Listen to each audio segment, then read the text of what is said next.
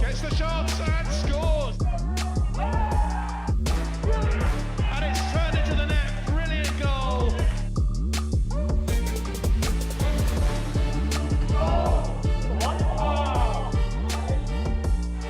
Oh! Takes a pot shots!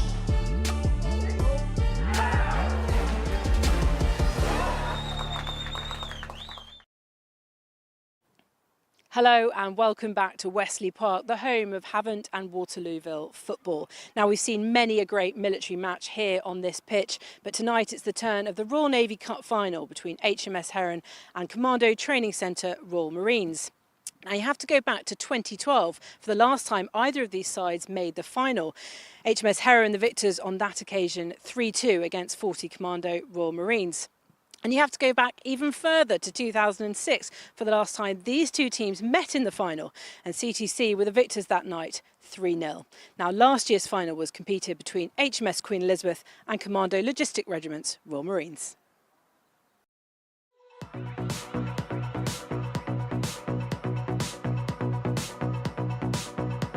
And that is a penalty. Early doors, we have a penalty.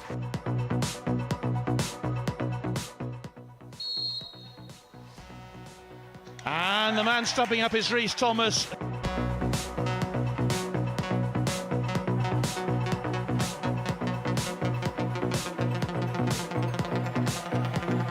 That's going to be cut out. Shot comes in, and it's turned into the net. Brilliant goal. Ball comes across, and that looked like a handball to me, and the referee agrees. Christian Blanco's got the job, and this is so important for them if they can get this goal to get them back into the game. Blanco with the cut, and it's saved. Great save from the goalkeeper. Chance, yeah, onside is more. Gets the shots and scores.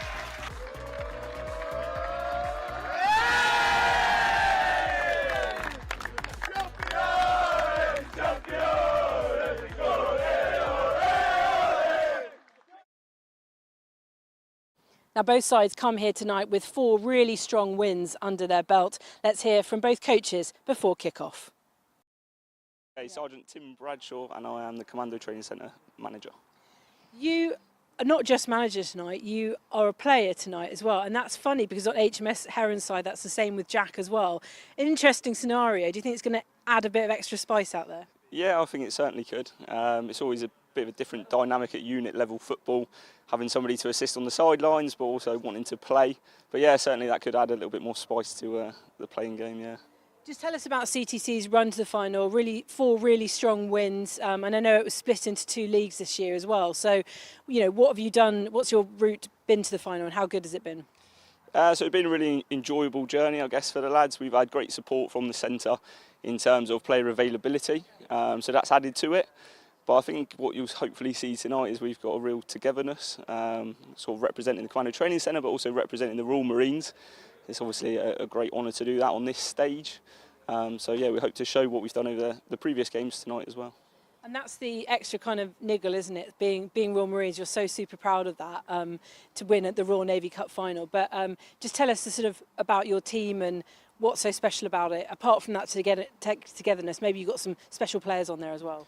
Yeah, so I think we've got a great blend between younger lads and older lads as well. So there's a good mix in there. Lads from lots of different backgrounds that have sort of come together for the tournament or for the competition and have really bonded well. Lots of lively lads in. I won't give too much away pre-match, but you'll see some good players out there tonight. Great, Tim. Good luck. Thank you very much. Thank you very much. I'm LPT, Jack McCormack. I'm the manager of HMS Heron.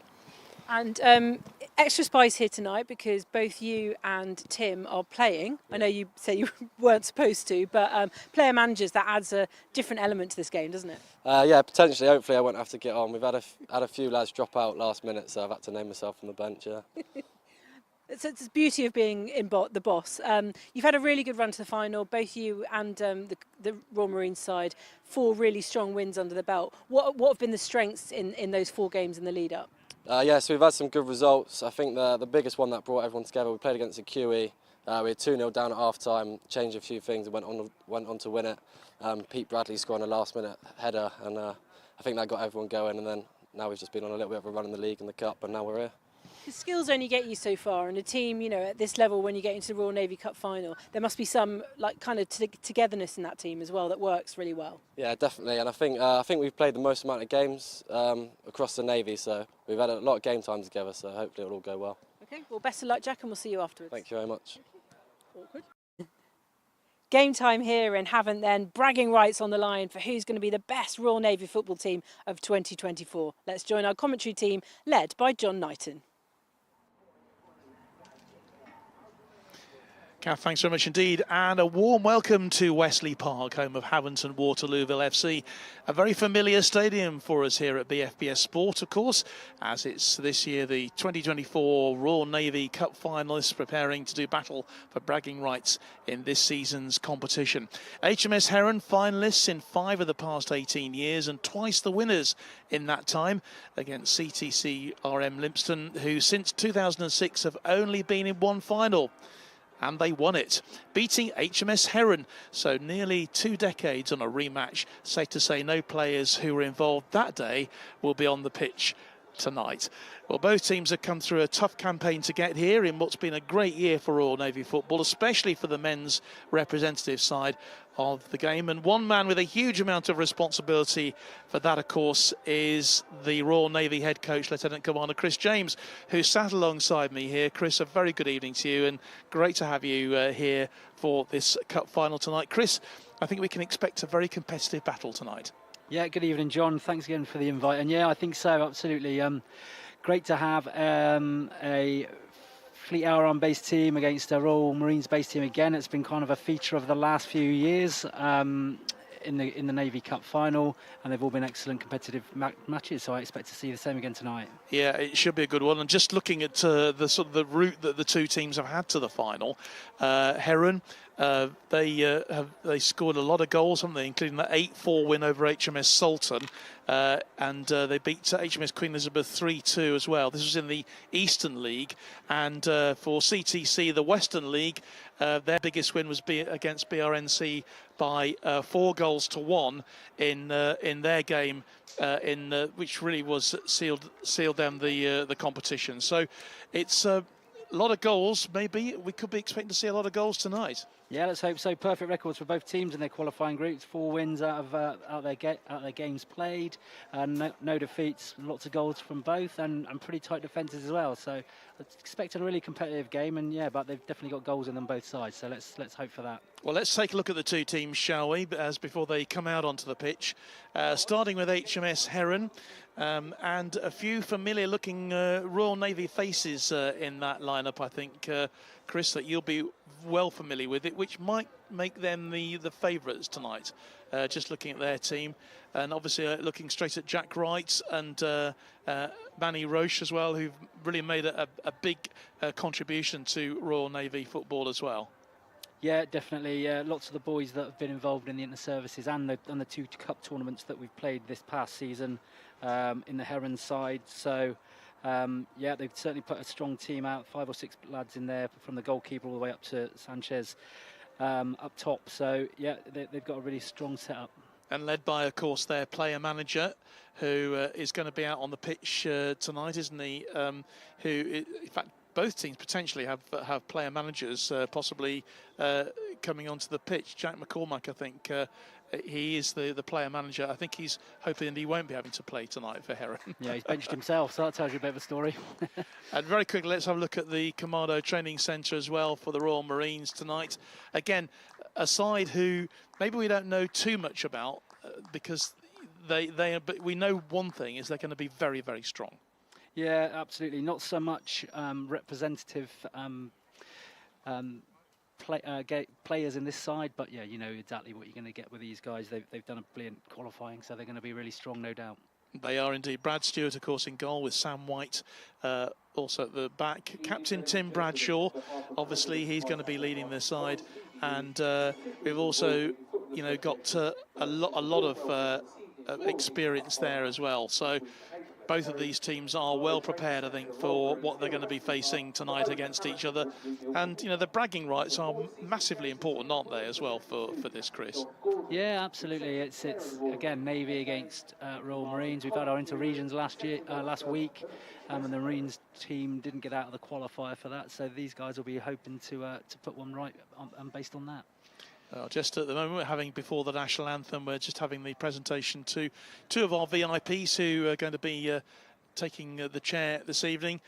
Captain John Gordon, Royal Navy, Executive Chairman, of course, of Royal Navy Football Association, and also Commander Colin Kiernan, who's the Executive Officer of HMS Heron, who is here tonight. Obviously, we'll be hoping that his boys can produce the goods tonight. Heron wearing the all green strip and the CTC in all blue, which quite surprised me actually when I realised that. Yeah, slightly the wrong way around. But there we are. The all blue then for the Marines and all green obviously for the Fleet Air Arm boys as well. So we're looking forward to a cracking game. Which way do you think it's going to go, Chris? I'm going to put you on the spot before the national anthem. Well, I think based on the squads, I fancy HMS Heron, but you know, you never know. It's a game of football, isn't it? So we'll see what comes of it. Time then for the national anthem. Ladies and gentlemen, for those who are able, please can I ask you to be upstanding for the national anthem.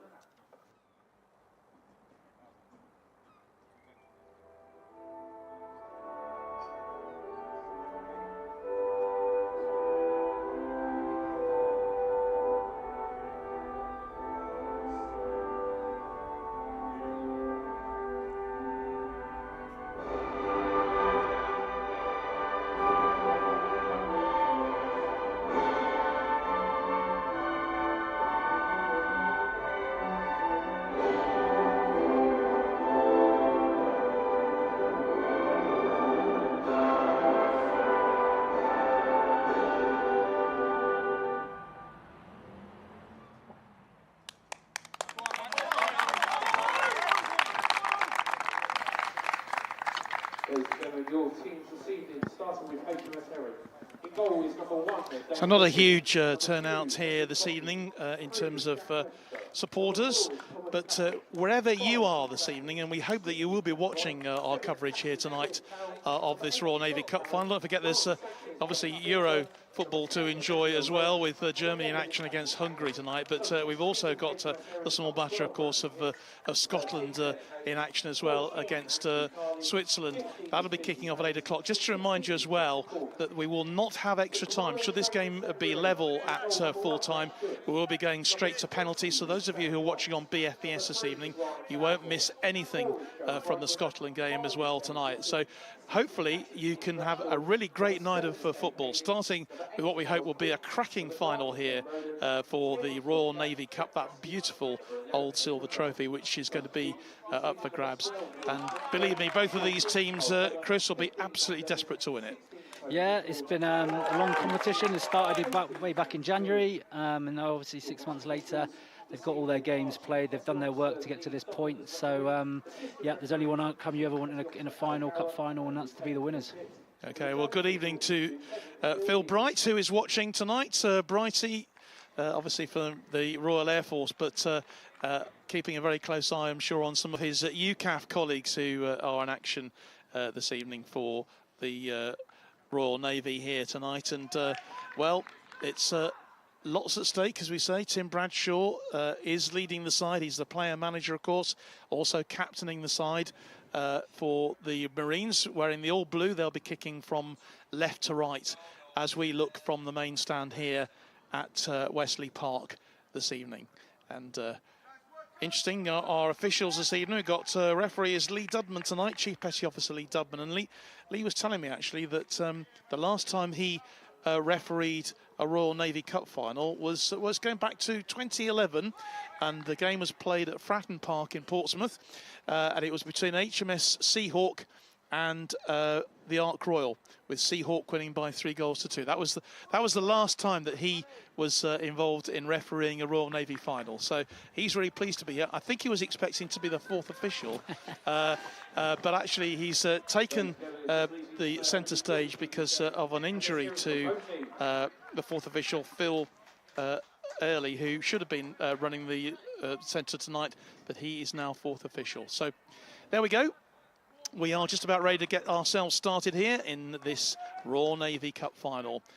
And it's a lovely evening for football. If you're in this area, in the Haverton-Waterlooville area, why don't you come down and support the Navy teams? But those of you who are watching this evening, we want to hear from you wherever you're watching tonight, particularly if you are away at sea and getting the chance to watch this on BFBS tonight. And I'm sure that loads of you will have teams, players maybe that you're particularly looking to support this evening. So get behind them and be cheering for them wherever you are tonight. So away we go then for this cup final. As you say, Chris, it's been a long time coming, this final. They've been playing this league basis for the first time, I think. Yes.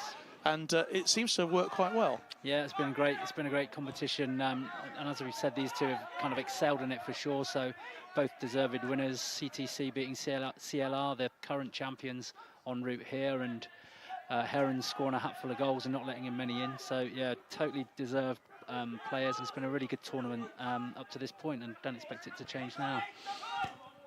Both teams just getting a feel for this 3G pitch, of course, playing on an artificial surface. An early touch then for Dane Rigby as he kicks the ball clear for the Marines. Straight on the ball then in green. It's HMS Heron with Rigby once more. Clears his lines up onto that far side of the pitch, but Sean Powell, the captain, can't keep it in play. So here come the Marines then with Bradshaw. Similar setups from both teams tactically, by the looks of it, both attacking 4-3-3s. So as we suspected with the amount of goals they've scored, that's the way they're approaching it. So that's really positive for us in terms of what the outcome of the game might be. I'm sure as head coach of the Navy, you're keeping a close eye on all of these players because there's always openings in the team, isn't there? Absolutely, yeah. That's my job, to get around as much football as I can, and I'm really interested to see CTC tonight because not too many of them were on my radar at the moment, but they've done brilliantly to get to this point. So there's always opportunities, yeah. Here's Litton then, James Litton, with an early touch then for the Marines as he plays that ball, a long ball down the pitch. Webster just chasing it and letting it roll out of play. Heron then wanting to establish themselves early on. Yeah, and I think you can, that's from our perspective, what we'll be looking at from the coaching element is, you know, what's their approach going to be when you're looking at the opposition team in terms of the build-up play? Are they direct? Are they going to try and keep possession? How are they going to advance the ball up the pitch? And therefore, what do you need to do to kind of Gaskins getting the touch in. A foul, says the referee, on Ben Barron there. Great position. Or by Ben Barron, I should say, on Miles Quick of HMS Heron. And this is a dangerous situation. What about 20, 22 yards out? So anyone who's got a bit of skill with a dead ball, maybe. Yeah, well, I think you'll see Ben Rowland step up and take this. He played last week with the Marines at the Inter-Regionals, and he was on their free kicks. He's got real movement, real kind of a real skill on his dead ball striking. So he's a real threat in these positions. Well, Heron taking this very seriously. A 5-man wall here. Referee just ushering them back a little bit. Lee Dudman. So he wasn't expected to be the man in charge tonight, but he is. So, Rowland then, lining himself up for this direct free kick. Floats it in, but the wall does its job. But the danger not cleared. And flashing that shot just wide there was Ryan Davenport, who'd moved himself up, obviously, from a wing-back position. Edge of the box. So the first shot of the game going then to the Royal Marines here. Yeah, he's got that kind of technique where he's really straight and rigid and tries to get the ball up and down really quickly, but on that occasion the wall did its job. But they were good on the follow-up. You know, that's the second ball in there. It's real dangerous, but nothing came of it. Powell then, ball forward as far as Hadley Chapman, but tidying up the damage are the Marines. That'll roll itself back to Jack Wright, who's a familiar figure, wearing the number 6 shirt for HMS Heron tonight. And, you know, in a way, Jack's rapid progression up the Royal Navy team and into the UCAF has been similar to the success that the senior service has had themselves, isn't it, Chris, really? Yeah, he's been great. 23s for 5 or 6 years as a young player, and then the last couple of years he's really shot through, like you say, got his seniors debut and then straight into UCAF for this last season, not this. And yeah, he's had a stunning couple of years for sure. Playing at Hungerford, step 3 in his civilian football, so outstanding for him. Good work from Webster on the edge of the box. He's beaten off a couple of challenges, but well cleared by the Marines. And nice work then from Sean Powell, the captain.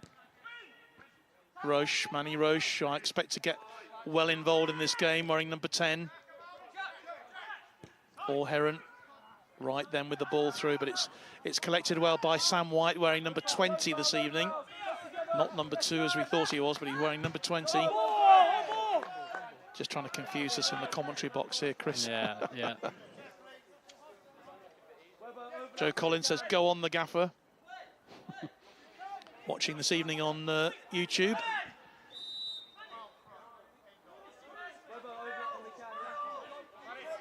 0-0 then. Yeah, a bit of a cagey opening. I think both not taking too many risks, going forward quite early, slightly lengthy, so don't want to take any risks early on, but we'll see if that settles and we see a bit more in terms of the build-up structures that they'll try and bring into the game. Throw then. Taken by White.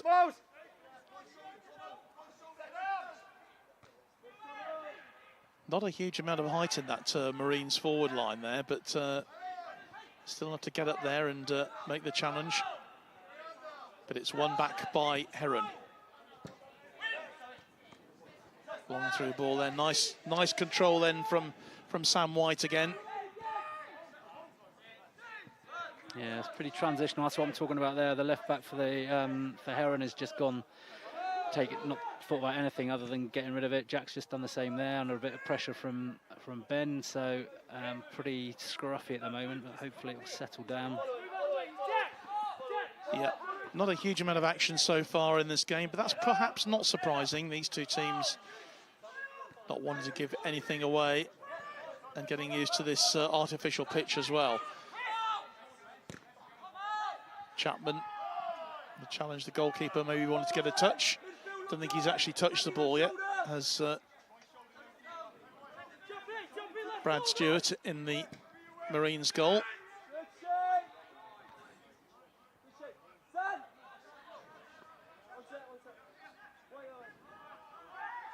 They have it one more time, this time with Ryan Davenport.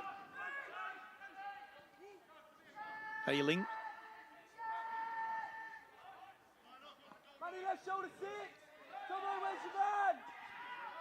Back to collect it is Miles Quick. That's nice control then from Rowland. And that's a lovely through ball. Yeah. The chase is on. It's going to have to be defended. Well, there was a bit of a slip then from Nathan Brown. I think they were kind of half looking for a penalty, but it didn't materialised for them. I think that might have been a little bit hopeful from them, Chris. Yeah, Jack Webster did well. They got his body between the ball and the striker, so yeah, no problem with that. Really good bit of defending. Oh, that's a Royal Marines ball, which should be taken by Sam White, right on the halfway line here. 0-0 if you just join us. This is the 2024 Royal Navy Cup final here at Havant and Waterlooville, live here on Forces News YouTube and on BFBS around the world and on our Facebook page as well. And you are incredibly welcome. G. Humphrey says, "Go Marines." So keep those messages coming tonight. I know there's another draw this evening with some Euro matches, but this is a great way to start your evening of football. Live here on our Forces News service. Good long throw, headed clear though by Heron. Headley Chapman gets involved.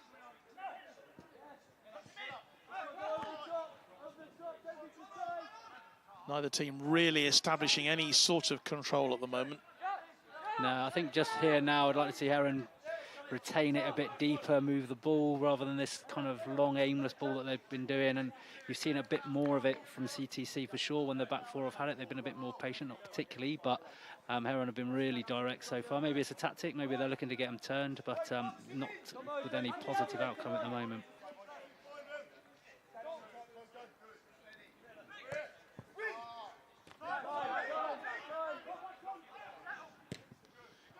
Good long ball forward. That'll go straight, though, into the hands of Brad Stewart as he clears quickly. Yeah, they're just a little bit too quick to want to get rid of the ball at the moment, aren't they? Yeah. Just need a bit more calmness on the ball. But that's nicely worked. Originally snuffed out there by the Marines, and they'll bring it forward now. Nathan Brown looking for the free kick, doesn't get it. Bradshaw controls it well. Yeah, he's done well. That's nice work from him, from the captain and player manager.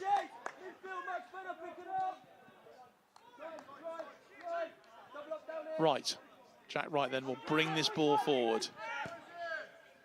Good long ball, and that is an important interception then from the defence there from the Marines. That was probably the most penetrating pass we've had so far in the game. Yeah, Litton. Sean Pallard made a really good timed run on the blind side of, I think it was Joe Brightman that got the touch, but Joe's oh, sorry, it wasn't. It was James. Yeah, it was. Sorry, Joe Brightman, and he did really well to defend it because Sean, if he hadn't got there, Sean was in for sure. Well, we've had 11 minutes so far. No sign of a goal yet in this 2024 Cup final. That will be a free kick. And a little word for Tim Bradshaw and James Litton from referee. So a chance then for Heron to do something maybe from this set-piece situation. And it's Sean Powell, the captain, who is on the ball. Just a couple of players sort of making up a kind of a wall. It's probably too far out, isn't it, for him to have a pot at goal? Yeah, I think so, but they've got real threat with Jack Wright and Sanchez Jans-Baker up there and Pete Bradley as well. Some real aerial power. Not going to help. Not a good free kick, though. Dealt with. Oh, he's done well. Oh, gets the shot in. There's... Yeah, Ben Sanchez Jans-Baker there with a really great turn. It kind of broke for him. He managed to turn on the edge of the D, got his shot away, but just wide. But yeah, really good, you know, instinctive striker work from him, which is what we see a lot of him, both at Interregions with the Fleet Airmen and with the Royal Navy. So Sanchez Jans-Baker then with his first real attempt on goal. And it wasn't too far away either.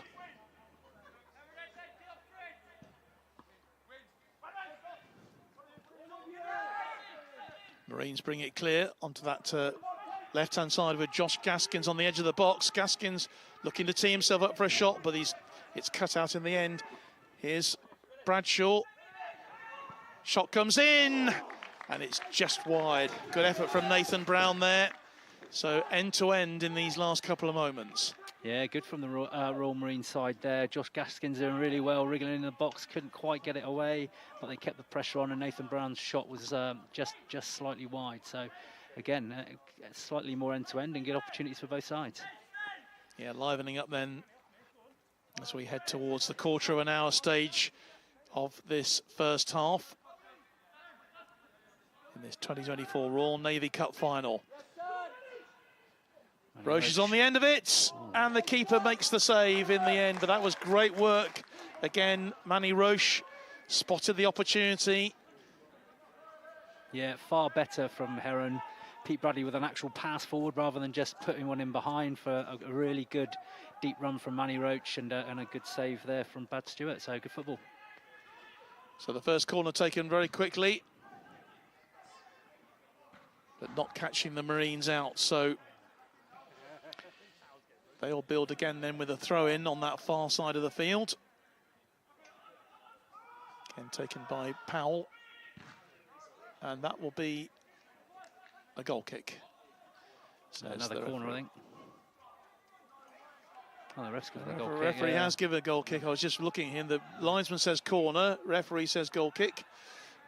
And what the referee says goes. I'm about 4 times as far away from him, and I'm pretty sure that was a corner. So, but we'll go with it. Well, I must admit, I had to say that I thought it was definitely a corner, but well, Lee Dubman had other ideas. Good evening to Helen Richardson. Good evening, Hells Bells. She's saying hi to Kath and Chris as well from our team, and the rest of our team who are here tonight. Why you're not here, Helen? That's what I'd like to know. Supporting the team, or the boys.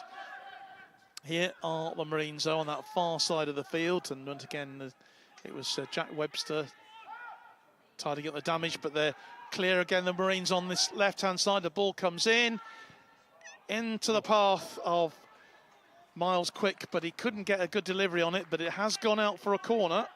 So that's the first corner of the match then to CTC Limpston, and I have to say, I think, Chris, the game is just beginning to open up a bit. Yeah, really great work again from Josh Gaskins on the left-hand side there. Beat his man in the 1v1, delivered a great cross to a really dangerous area, but Miles Quick couldn't really connect as well as he would have done, and obviously misses the opportunity, but great work on the left-hand side there from Josh Gaskins.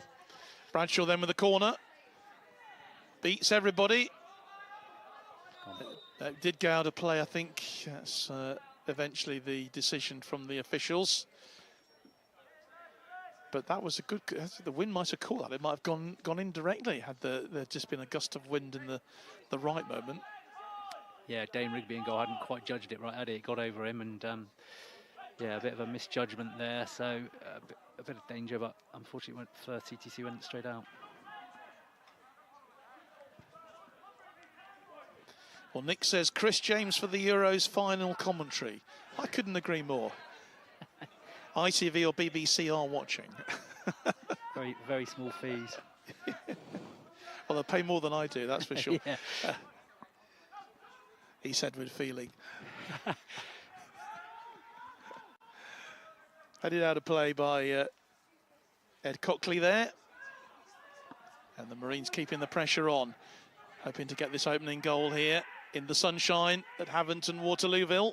Yeah, they've managed to establish themselves in Heron's half there for a little while, applying a bit of pressure. So it has been a good period of pressure for them. Good. Yeah. Here's Webster, and he finds Manny Roche. Baker, Jans Baker,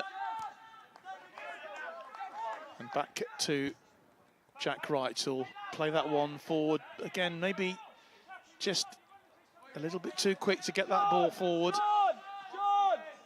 Yeah, they've done well there. They built into midfield, brought a bit of pressure, but got the CTC over this side. Really looking for a switch there rather than going straight again from Jack. So I think Jack McCormack's got a little bit of work to do in terms of his advice there for the centre-backs. Yeah, not really judging the fast pace of this pitch, because the artificial pitch is a quick surface, isn't it? Yeah, it's it's a really nice surface to play on. It can be a bit sticky, but it seems to be a decent run out there for them tonight. Well, Gaskin's chasing hard to kick that one in, and he does really well, and they win the throw-in. Good work from Josh Gaskins, and also from the number 8 as well, Miles Quick there, doing well to keep that ball and keep the pressure on HMS Heron then. CTC, Royal Marines, Lympstone. Yeah, Josh Gaskin's making a bit of an impression in their match day notes. They said he's a modern day Ryan Giggs, so he's doing a good job off the left hand side, that is for sure. I think someone else was mentioned as a latter day Gary Neville as well in those commentary notes. This man here, Sam White, takes the throw. It's well cleared by Roche.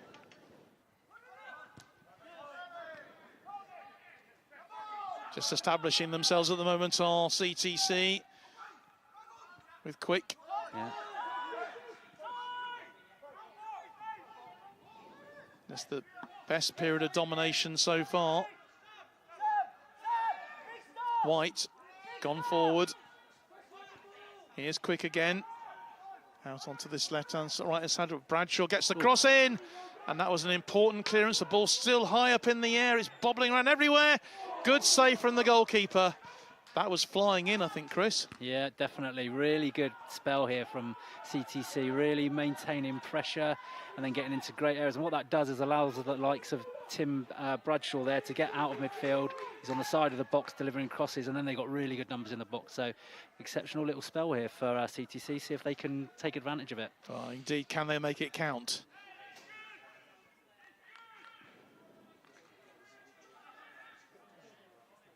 But you can hear the message from CTC is that they want to be more patient. They're talking about rebuilding. They're talking about getting staying on the ball. So a bit more of a patient build-up from the team in blue. And they have a free kick on that far side of the field. What can they do with this one? So the best period of pressure, combined pressure so far, has come from the Lympstone-based outfit, who won the Western League. It's a bit like Champions League, isn't it, actually, Chris, the setup at the moment? Yeah, that's the format. They've gone to Eastern and Western Leagues, and yeah, the winners of those are in the final. So Ben Rowland again, I think, on delivery here. Is he going to go for a floated one, or far too much on that? Got that one wrong. Yeah. Yeah, so set pieces, not really the strong point so far from either side. But after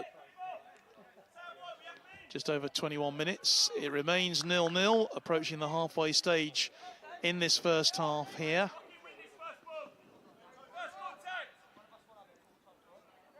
Yeah. Just the last few minutes has certainly belonged to the team in blue, the Royal Marines team. Yeah, see how if Heron can react now and see if they can possess the ball for themselves and in the blue half for a little while, but straight back in possession are CTC. Yeah, we're Lytton across onto that left-hand side with Josh Gaskins. Here's Quick. Nicely worked. Gaskins again, who's looked dangerous on that left-hand side. A lot of space on the right. If they can find Sam White, and that ball does indeed go out to White on this right-hand side. Needs a bit of quality to get it in, but it's cleared in the end by Jack Wright for HMS Heron. Wright will go up, he'll win that header. But the Marines still pressing here, still looking for the opening goal. In the end, harmlessly out of play.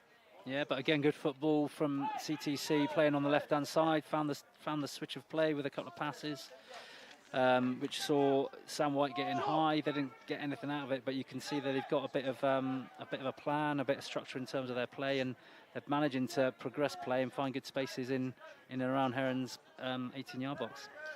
So Wright with the long ball forward again, searching for Manny Roche. Eventually, though, it's back with the CTC Royal Marines goalkeeper. with Brad Stewart. Deciding to play out on that left-hand side. Tidy again. Did really well. And here's Gaskins, who's looked dangerous for me. Josh Gaskins on that left-hand side, teasing the defence, looking for some support. Finds it in the end in Tim Bradshaw. Here's Quick. Crossing it over onto the right-hand side for White. Great football. It's nice work from the Marines there, really and the good. header just falling a bit short from Ben Rowland, but some really intelligent work there for CTC Royal Marines, really starting from when they played out of the back. Yeah, really great. Played across the 18 a couple of times, and they're finding really nice spaces outside of Heron's midfield, which is where they can progress play then into the opposition half, but then they're still content to switch and really look for good opportunities to cross and getting numbers in the box again. So yeah, really impressive football from CTC. Certainly penning HMS Heron into their own half at the moment, and again that's a really strong challenge from Quick on that left-hand side, looking for the 1-2. That will be ushered out of play though by Ed Cockley for HMS Heron. Yeah, more positive and aggressive out of possession as well, our CTC. So you see it there, real good pressure on the ball, winning it in the midfield, and then they can counter-attack from there. Didn't quite work out from them that time, but yeah, bossing both elements of the game at the minute. Good defensive header from Sam White, clears the danger. And Sean Powell, the captain, trying to inspire his team. He takes the throw, he receives the throw in rather. But that's not going to be any problem at all for the Royal Marines captain, for Tim Bradshaw, player manager and captain as well. Big responsibility when you're the central defender, captain and player manager as well. It's either going to be a great night or a horrible night. Yeah.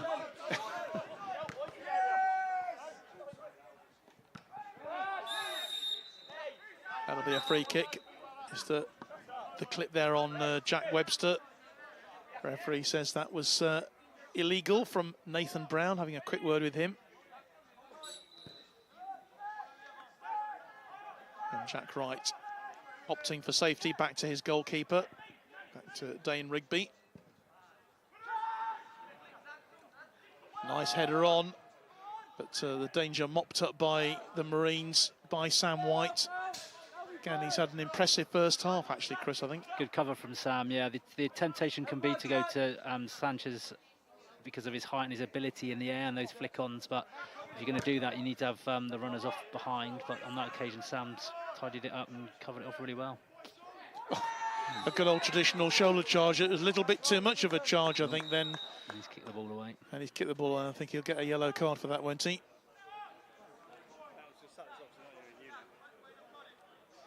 Yeah, I think the refs pulled him up there because he was trying to usher the ball out of play. Sean had got around the side of him and he just put a shoulder in on him rather than going towards the ball. So it was clearly a foul, and then he's doubled down with a kick away and got himself booked. So Sam White takes a yellow card. The first one of this highly competitive but very fairly fought match so far. If you're just joining us live here on Forces News YouTube, it is 0-0 in this 2024 Royal Navy Cup final between CTC Lympstone in blue and HMS Heron in green. Looking for our first goal. Yeah, Manny Roach on delivery this time. What can Heron do with this one? Great ball. It's a great header in, and a really good defensive header as well to get that one clear by Ben Rowland.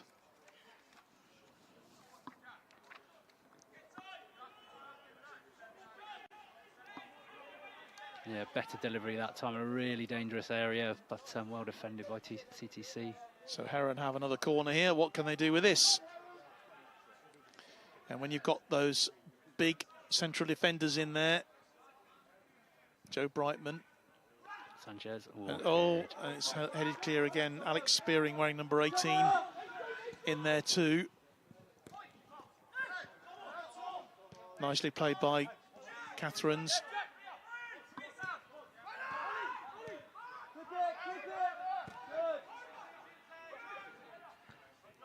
really competitive period of the game at the moment.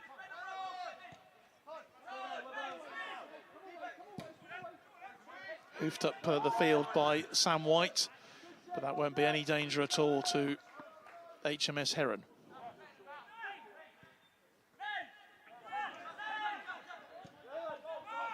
Space.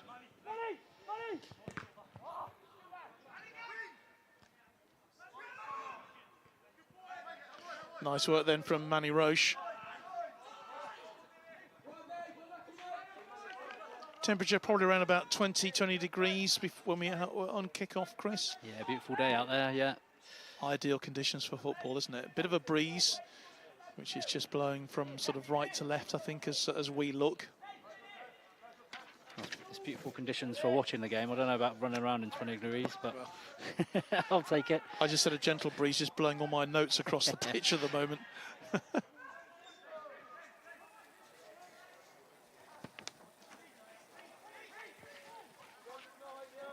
So Heron have just stemmed the flow of CTC's pressure for a moment. They haven't really turned that into any pressure of their own, apart from a couple of set pieces. Oh dear, just giving it away. Oh, he's tidied it up.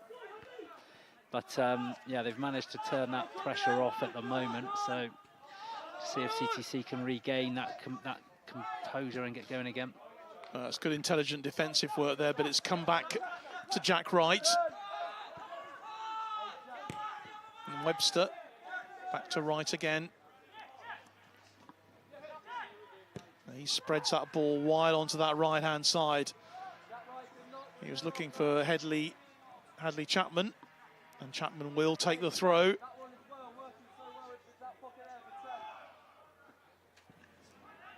Low cross comes in. It's nice control from Sanchez. Oh, heavy touch. Just a heavy touch in the end. And what can the Marines do here? Can they break quickly? Opportunity for them then with Ben Rowland. Spreads it wide to Quick. Here's Rowland again. Nice ball inside to the skipper, to Bradshaw. Bradshaw plays it out to Brown. Brown tries to get the cross in. Defence there. Quick chasing it.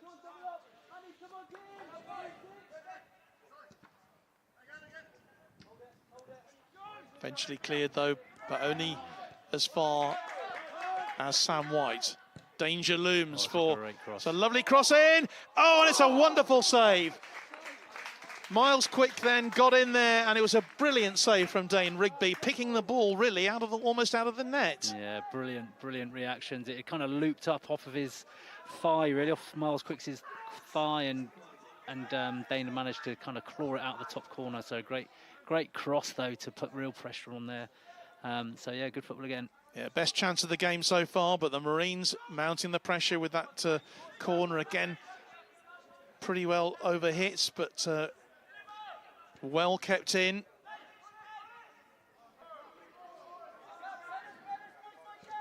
Wright clears his lines in the end, but the pressure just about relieved. And on the break here are HMS Heron. Here's Thomas Catherines.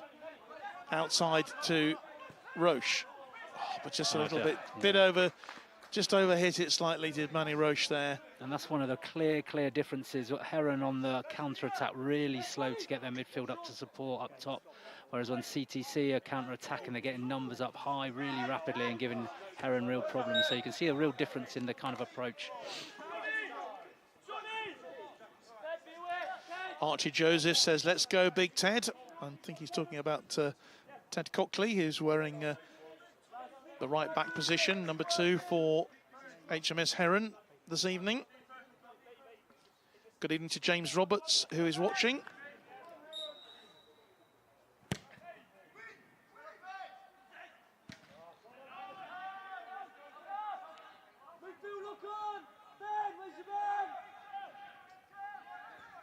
Brightman then, his pass is cut out.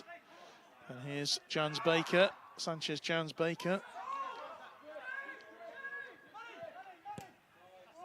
And Webster. Roche chasing after it, he will get there. And that's good defensive work by the Royal Marines, and particularly from Pete Bradley there. James Litton that was for the Marines, yeah, and really good 1v1 defending there against Manny Roach. Manny really likes those situations to try and beat his player, but yeah, James Litton did a great job there. He did. It'll be another corner then for the team wearing the green shirts. Coming in from that left-hand side, collected by Chapman on the edge of the box, but he loses his footing. And here's a chance for the Royal Marines then to bring it forward with Josh Gaskins. And Gaskins was fouled. That will be a free kick to CTC RM. Surprised there wasn't a bit more said actually about that challenge, because he was, and he has been shown. That's, it looked like he was just going to have a chat, didn't he? But it certainly looked worthy of a yellow, and because he was stopping a really good opportunity for them. But, so Jack Wright's then shown the yellow card for that challenge.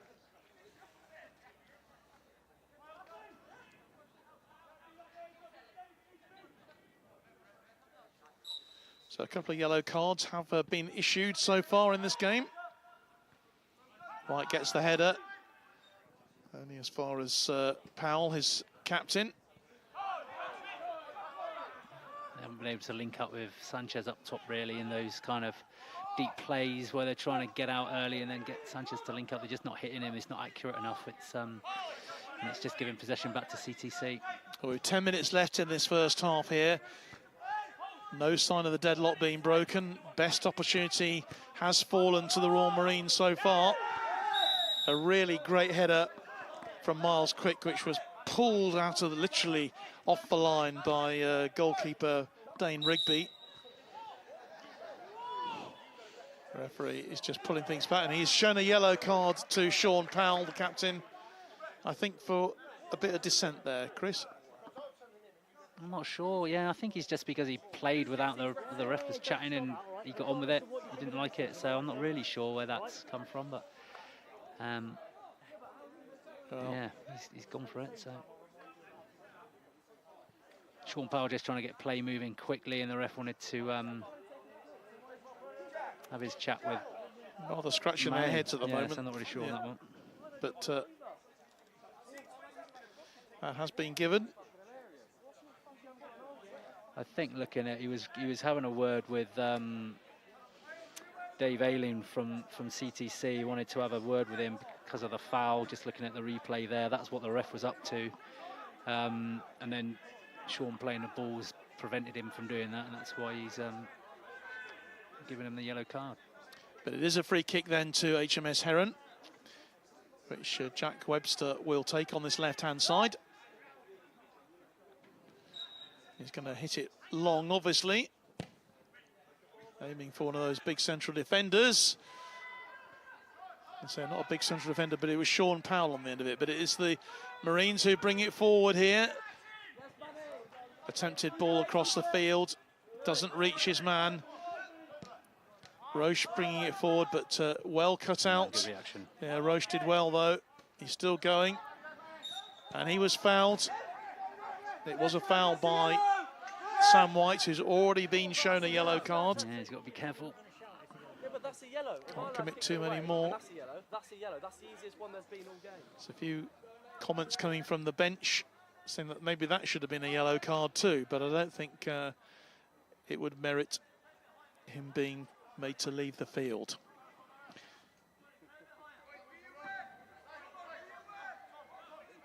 Just over 37 minutes gone here in this cup final, 0-0 between these two teams. Header goes in, a powerful header. Yeah, Pete Bradley looked like a decent header, but couldn't control it, and it's gone well wide there.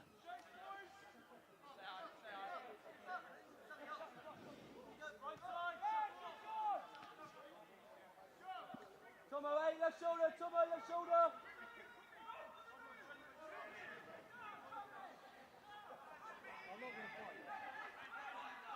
Again, you see the difference there. No real pressure from Heron, so CTC able to just possess the ball in these areas, yeah, at will, really. So if that was the other way around, you've got real pressure on the back of you, and they've been winning the balls in those areas. So you can see the difference. And the ball's gone right upfield. Eventually being retrieved by Josh Gaskins. He takes the throw. Good control from Roland again. He's done well there, controlled it well. And they still have it to CTC Marines, but the ball had gone out of play. Yeah, no accusations of Ed Cockley not getting pressure on there. The Heron right back really positive there, did really well, and then managed to, from that pressure, win the ball. So it just goes to show you've got to be really aggressive out of possession and positive when you've got the ball. So good piece of work from him there.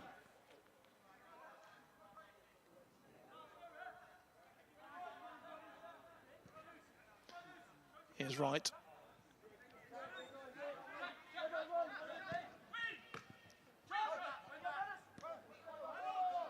Ball in the middle of the field though, and here is Gaskins out onto the Roche, I should say. He has it, flicks the ball in, looking for some support. Oh. Good goalkeeping again, brave keeping to keep Baker out, Sanchez Baker out. Oh, he's having a dig. Having a go from just outside the box was Ben Barron there, was worth a try. He was a long way out though. Yeah. But good goalkeeping from Brad Stewart there. That was pretty dangerous there with Sanchez, Jans Baker marauding in on him. Yeah, Sanchez brilliant control on his chest, managed to get the second ball, but the keeper gets out and prevents him from getting his shot away. So really, like you say, really brave in that moment, but good, a better build-up play from Heron there. Got the ball wide and delivered a good ball from the right-hand side. Well, we have 5 minutes left in this first half of this Royal Navy Cup final. And still the deadlock to be broken here at Wesley Park, Havant and Waterlooville. The stage for tonight's game in bright June evening sunshine.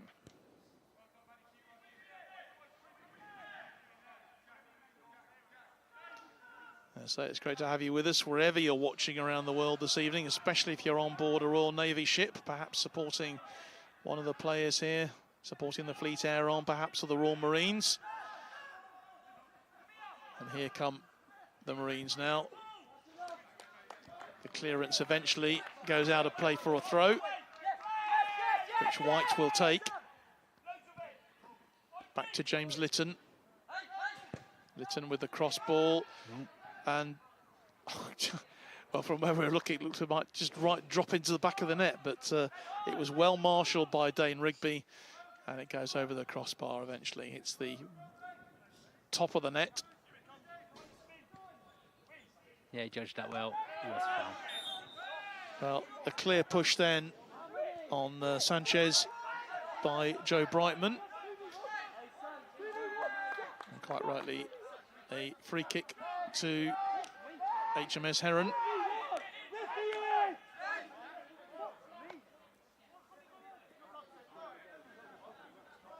A few frayed tempers out there at the minute in the green shirts. So they're obviously not happy with their performance so far. They're starting to point fingers at each other, so they need to take control of that. It'll play into the Royal Marines' hands, that will, if they do that too often. Great defensive work then from Tim Bradshaw there. Doing a great job at the heart of the defence. And they win the throw.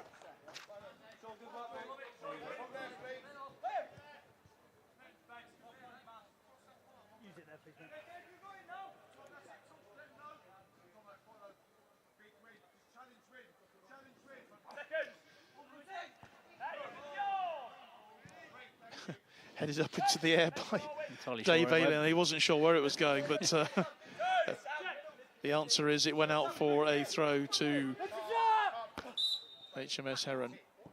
The referee not happy again with that challenge on Sanchez, Jans Baker, who was a surprise, I think, as the man who committed the foul. Yeah. But it is a free kick then to HMS Heron. Ryan Davenport just going back there, and Jack Webster is going to take it. Aimed at the goalkeeper, the header goes up in the end. And who was there on the end of it? Tim Bradshaw to clear up the damage. And that's going to be another corner to HMS Heron. It's their 4th corner of this first half. Leading 4-3 at the moment on corners. But what matters is the other score, 0-0. So Roche then with a long corner aimed for Jack Wright, who will collect it on that far side of the field. Gets the cross in, but it's well headed clear again by Ryan Davenport. Oops. And he picks up the 1-2. Great work. Yeah, lovely stuff from Gaskins. He's really impressed me in this first half. Gets the ball across the field, but it's just a little bit too short for his centre forward, and it'll be once again HMS Heron who have the chance to build on that far side of the field. Davenport gets that ball forward, eventually out of play. Yeah, Josh Gaskins again on that left-hand side. Really clever play to kind of beat the 2 players on the halfway line, but the recovering defender's just got enough pressure on him to kind of to stunt his attack and his cross. So, but yeah, creative play again from him. So, like you say, John, he's been impressive this first half. Well, we're just going into the last minute of normal time then here.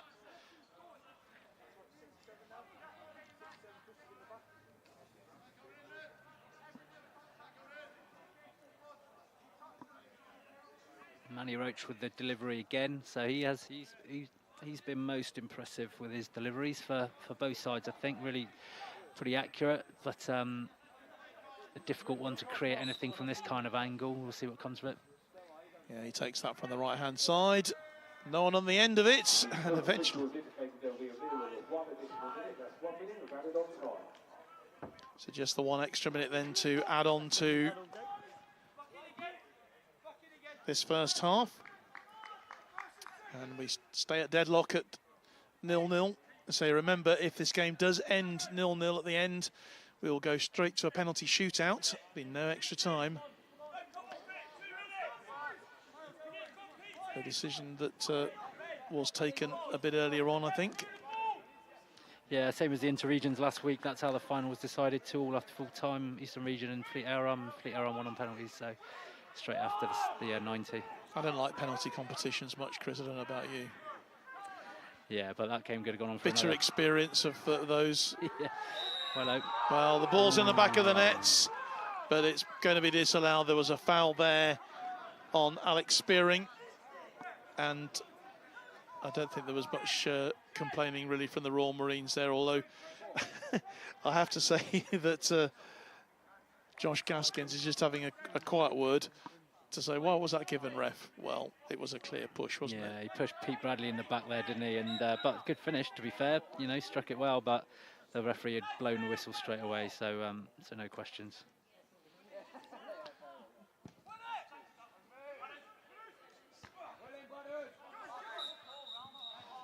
And that is indeed the last action of this first half. Well, it had its moments, Chris, the first half, didn't it? It was disappointing in many ways. A lot of misplaced passes, and maybe the players just need to slow things down a bit in the second half. But it had its moments. There were some good moments there in that first half. Yeah, absolutely. I think the CTC, we can say, definitely edged it in terms of kind of possession in really good areas, deliveries of crosses, threat on the goal, opportunities overall, but equally Heron have had their moments as well. We saw there with Sanchez controlling it well on his chest and getting the turn. He's had and not quite getting it shot away early in the half, pivoted in the D and got his strike in there. So both teams with threat, but I think as we've mentioned throughout the first half, CTC more control and build up, retaining the ball better, getting into more dangerous areas because of that. I feel more aggressive out of possession, and therefore giving Heron more problems when they're in possession. So, but it's 0-0. We'll see what Jack McCormack can do to see if he can do something about it at half time. But the Marine side will be going in happier, I think. Yep. Okay. Thanks very much, Chris. Chris James with me this evening in commentary. It remains deadlocked then at half time. It's the Royal Marines CTC Lympstone nil. HMS Heron nil. We'll have more action, of course, in the second half. And we're going to continue the football action here at half-time by taking a look back at some of the action that happened at Old Trafford just nearly a couple of weeks ago. Show me benches. Obviously, yeah, too much. Hey guys, let's go! Enjoy it, lads. Okay.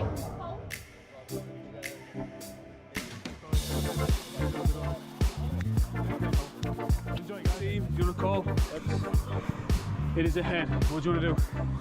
We'll have to kick off. You want to kick off?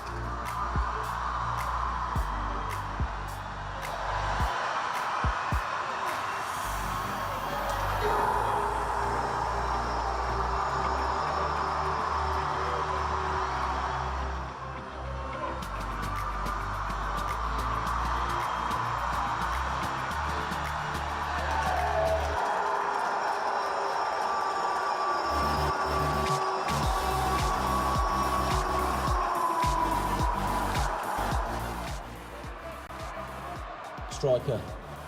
How many goals are you going to score? 3.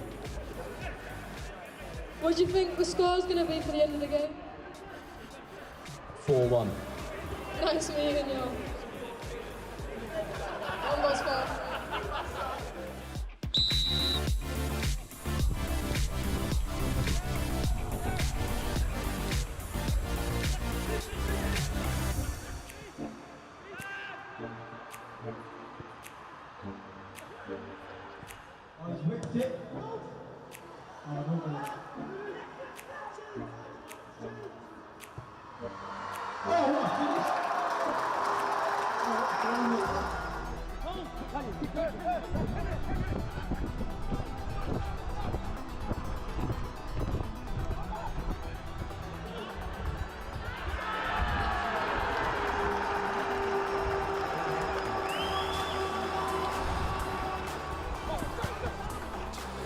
That's it, guys.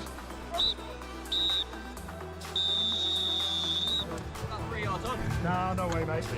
You've got 360 vision, have you? That's great.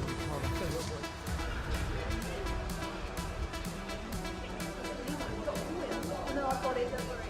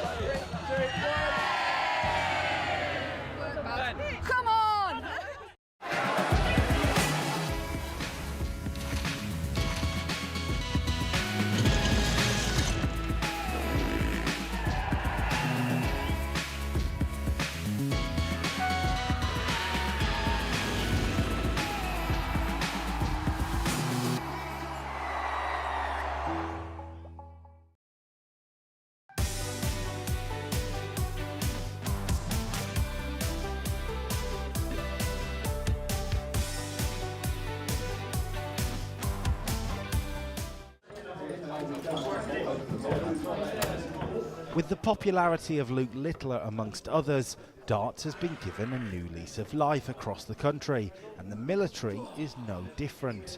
The work of husband and wife duo Lee Fox and Zara Durrant has given players the platform to compete, and it will all culminate in their big event in Blackpool, aptly named Operation Bullseye. Operation Bullseye is going to be an event on the 11th of July in the Grand Hotel in Blackpool. We've got 16 qualified personnel, and we've also from the Army, Navy, the Air Force, as well as veterans as well. We thought it was really important to include the veteran community as well as 16 professionals, and they will be all fighting it out on a pairs competition on stage. To get there, we've held 15 qualifiers. So each player that's playing on the big stage has had to qualify for the event itself. With pro players such as Chris Dobie, Dimitri Vandenberg and Damon Heta amongst others involved, there's a real prize on the line for these military players looking to qualify for the event. The prize from winning one of these tournaments is massive. It really is. Getting an opportunity to be paired up and play against current PDC players. You won't get that in many other sports. So as you said, yeah, that carrot is massive. I've wanted that for the last 6 years because, yeah, I was all about football. Darts has took over, especially through COVID. I think definitely found out that I can actually throw a dart. But now it's getting the pieces together, and hopefully today's a day that we can do some business, do some damage. It would be the Army veteran Carl Webb who deservedly took the final spot, joining well-known personalities from leading military sports, such as former Army football head coach Jimmy Blair and Team GB Paralympian Scott Mina on the military team. The popularity of the qualifiers and event, as well as the successful online leagues, could lead darts to get to its aim and become an official military sport. Everyone that's going to be on that stage is qualified. I think throughout the whole qualifiers we've had over 350 personnel attend, and bearing in mind apart from one, they've all been on weekends, so people have travelled far and wide. I think today you've already seen we've got guys that have travelled across from Cyprus, we've got a guy that's come down from RAF Bulmer, and again this is all during the weekend that people are giving up their own time for. So if we can get this recognised as a sport, which is our main aim, people will be able to do it during the working week, we'll be able to get funding, people wouldn't have to take leave, etc. So that's what we're trying to do. The Operation Bullseye itself is going to be a fantastic night, but that's not the main effort. The main effort is to put on a show and show the sports boards that we have got the appetite for darts and it should be recognised as a sport. Operation Bullseye will take place on July the 11th, meaning these military players still have some time to fine-tune their skills ahead of the bright lights of Blackpool.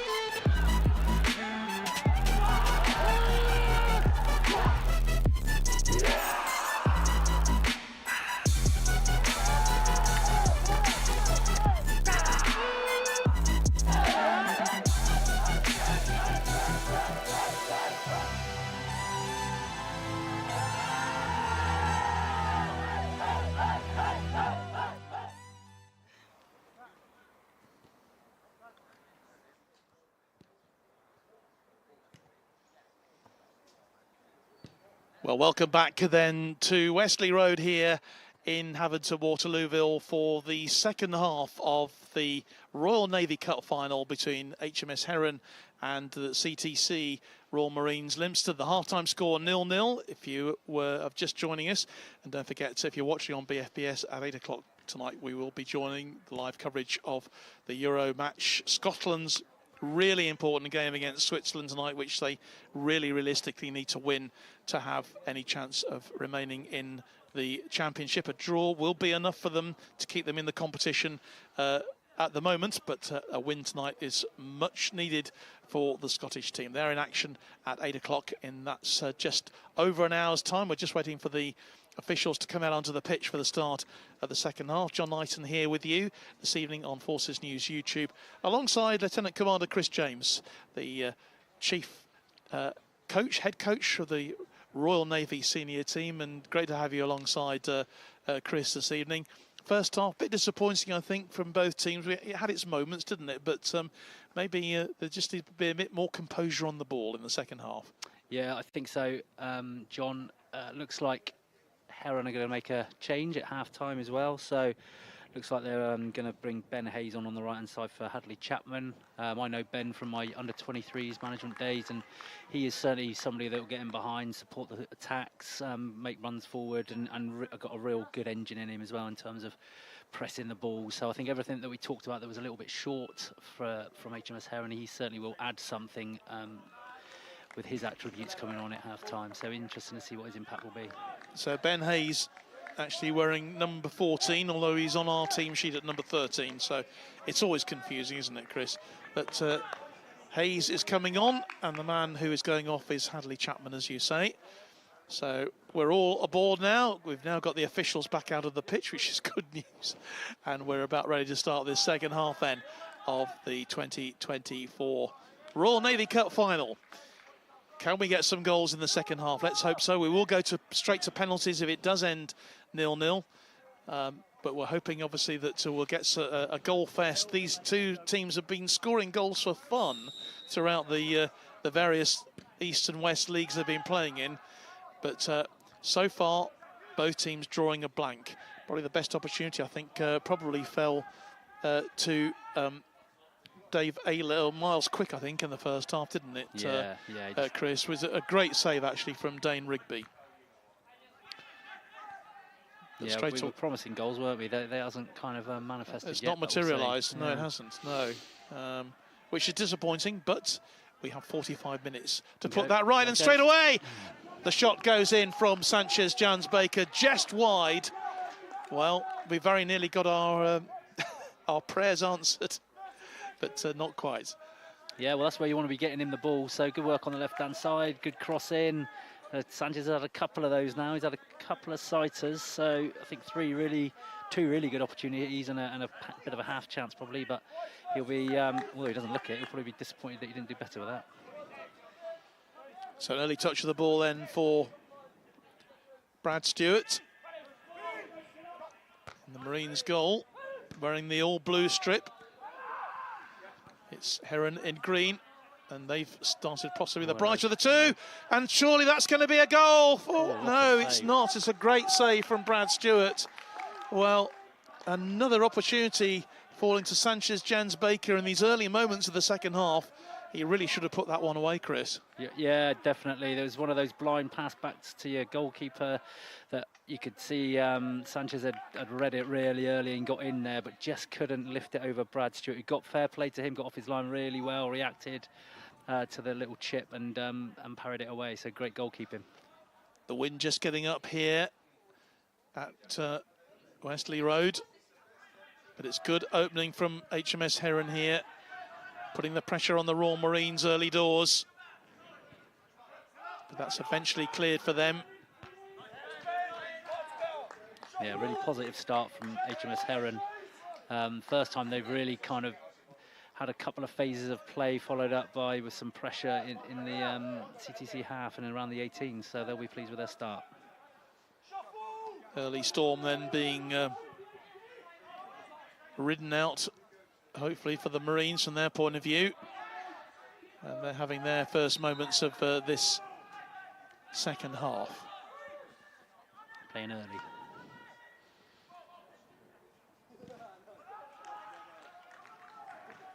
And I think you can see there, just in Heron's reactions to it, I think Jack McCormack's had a good chat with him at half-time in terms of that energy that they need out of possession, and they've been better in that aspect as well. So he'll be seeing a positive impact, I think, from his half-time chat at the moment. So see if they can sustain it and see if CTC can get through it and create their own pressure.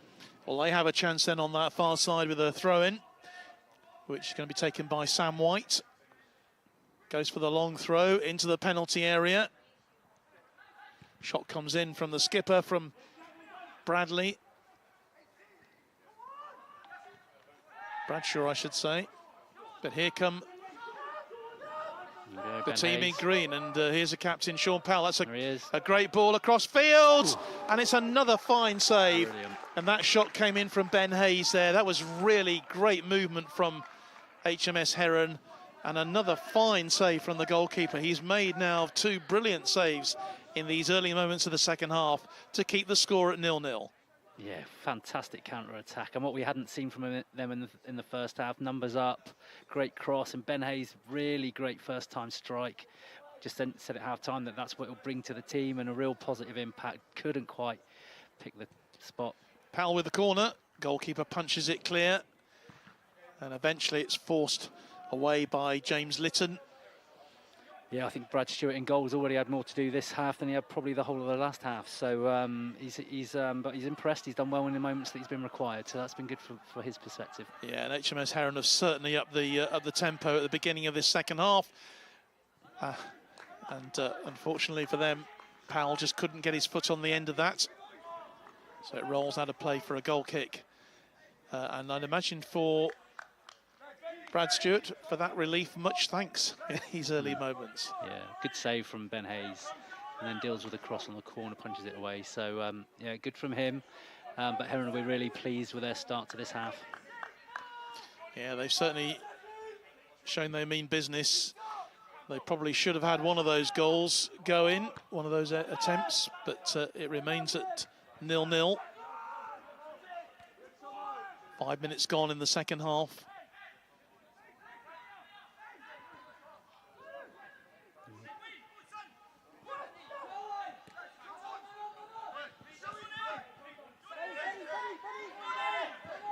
Rowland. Yeah, Josh Haskins, who impressed us first half, they're just slowing play down. Good decision making from him, you know. He's all a bit frantic, so he just put his foot on the ball, retain possession, and that's going to allow this CTC to build play. So good from him again in a different aspect of the game. There's White on that far side, still going, and he will win a corner kick for Commando Training Centre Royal Marines. Their first corner of the second half. Well, I think there's just been a bit of an up tempo from both teams, hasn't there, Chris, in this second half? Both teams feeling that they need to maybe establish themselves a bit more. I imagine they both recognise at half-time. They've had the chat from the managers that it's all to play for here, but you're going to have to put the work rate in first and foremost, and we're seeing that. Corner comes in, but that's safely into the hands of Dane Rigby, and he'll very quickly get that ball out to Manny Roche. Another charge forward then from Ben Hayes, who's come on as a substitute. He's already looked very dangerous. Hayes fended off at the moment. He's done well. He has done well with that. Roche still has it on the edge of the box. Looks for support from Barron. Back out to Roche again. Space on the right-hand side. This is what they need to try and exploit better now, Heron. Get the switch out from here, but they haven't done it. And it was well won in the end by Josh Gaskins. Roche one more time. Gaskins collects it. On the break here come the Royal Marines, and a real chase on now then with Ben Rowland. Goalkeeper comes out off his line. That was a sprint for it there from Dane Rigby. Yeah, good sweeping from Dane there, really good. Read the ball, got out early enough and just tidied up and took away any danger. So yeah, good football from the goalkeeper there. If you're just joining us live here on Forces News YouTube channel tonight, 0-0 in this 2024 Royal Navy Cup final. HMS Heron wearing the green strip and CTC Royal Marines Lympston wearing their all blue. Good early chances in the second half have fallen to Heron, but they've not taken them, which is why we are still awaiting our first cup final goal for this season. A few previous finals have gone to penalties after extra time, and just to remind you once more that if we are level at the end of the 90 minutes, we'll be going straight to a penalty shootout. But if that overshoots as well, we will be leaving it here on BFBS to take you to Cologne for Scotland against Switzerland. But we'll be remaining here, of course, on our YouTube and Facebook for the conclusion of this game. So Josh Haskins just, again, being busy in good areas. I'm not sure he was pulled over, but he certainly won the free kick there.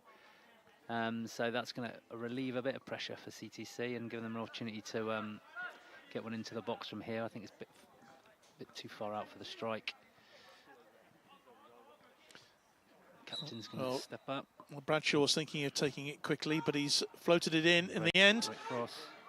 And on the end of it is Nathan Brown, but he hits the side netting in the end. But that will be another corner to the Royal Marines. So, stepping over to take it is Ben Rowland, who is the set-piece specialist for CTC. Takes it, and that goes out of play. One more corner. Yeah, great area from Ben there for them to attack it, but Heron managed to deal with it. So real threat from the last two set pieces now from CTC. What can they do with it, though? Both teams have had their chances early on in the second half. Rowland's corner then, a lot of players milling around there in that box. Goes wide out to the far side. White floats it back in, but that's safely into the arms of Dane Rigby. Danger cleared. Heron play out from the back. Onto that left-hand side then with Jack Webster. Webster with a long ball through, aiming for his captain, aiming for Sean Powell. And that is hooked clear in the end by Sam White. Onto the sunny side of the ground. Bright sunshine, cloudless sky here in southern Hampshire.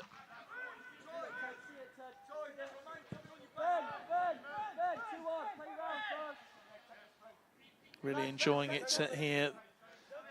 This lovely summer's day. All we want now is a couple of goals, Chris. Yes, please. Yeah, definitely. There's been threat, hasn't there? It's been a bit better from that perspective. It's been a better second half, definitely. Definitely. Well tidied up. Really good. Yeah, White does a good job there.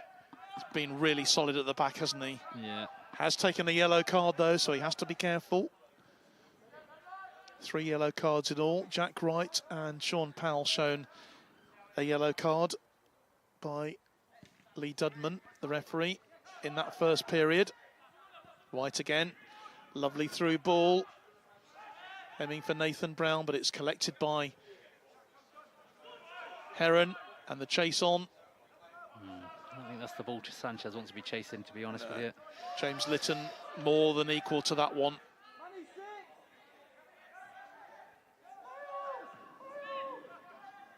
Bradshaw. Good challenge from Barron. Yeah, a bit of pressure in that midfield from Heron in the second half. They've managed to kind of stifle CTC before they've got going, which they hadn't managed in the first half. Roche challenges it.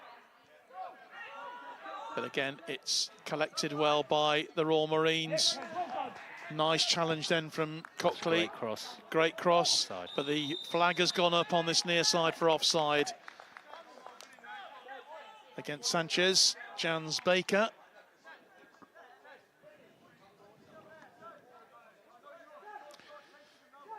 Yeah, I think Heron's manager, Jack McCormack, will be happier with this now. Much more aggressive without the ball, a bit more kind of accurate with it. So yeah, it's been a good start, as we've said, from those guys.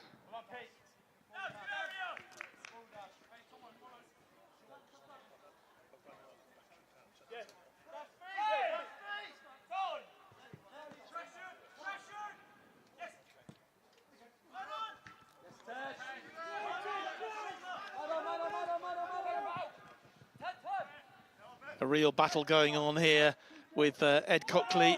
Did really well there. Finds Manny Roche. Catherine's ball goes across the field. The interception didn't work for the Marines. There's Powell. Nice 1-2, flicks the ball inside. That'll be cleared though into the hands of Brad Stewart.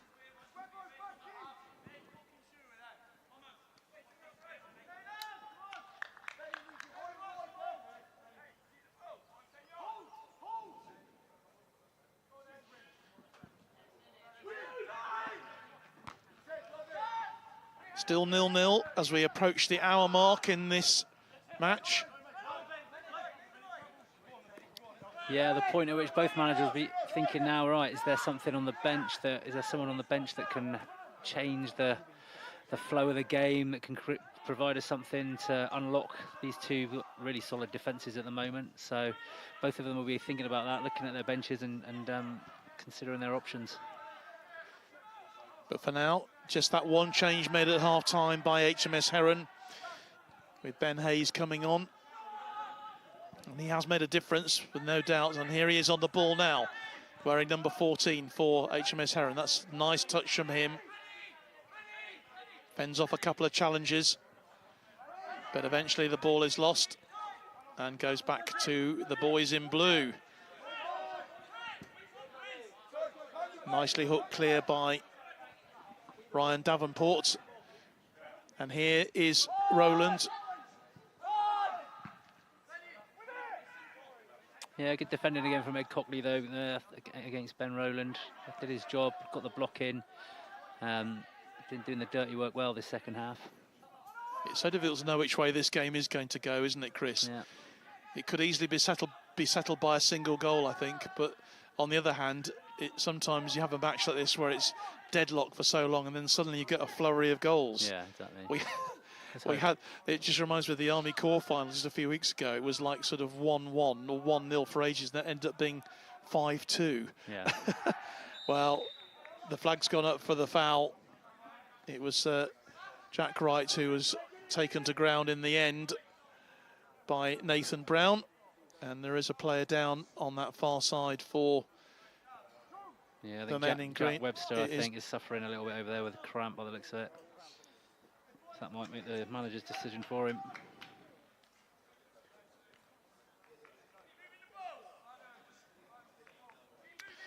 Yeah, Webster just receiving a bit of support there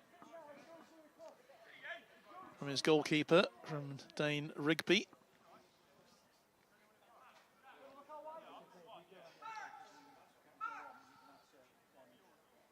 Well, the gaffer's not taking his tracksuit off yet then, so it's not him.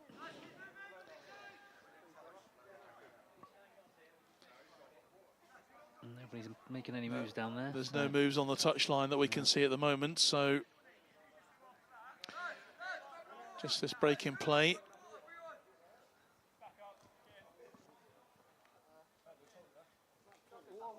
I mean, these artificial pitches are pretty wearing, aren't they, Chris? You know, it doesn't take much to bring on a touch of cramp on a pitch like this. There's no give in them at all, really. Yeah, and you know, this is a great pitch here, but it's big. It's a proper step. You know, they've been up in the non-league, right at the top levels of the non-league in the last few years. Haven't they? Got a great facility here. We're really lucky to use it. But yeah, the game has been pretty direct for the fullbacks.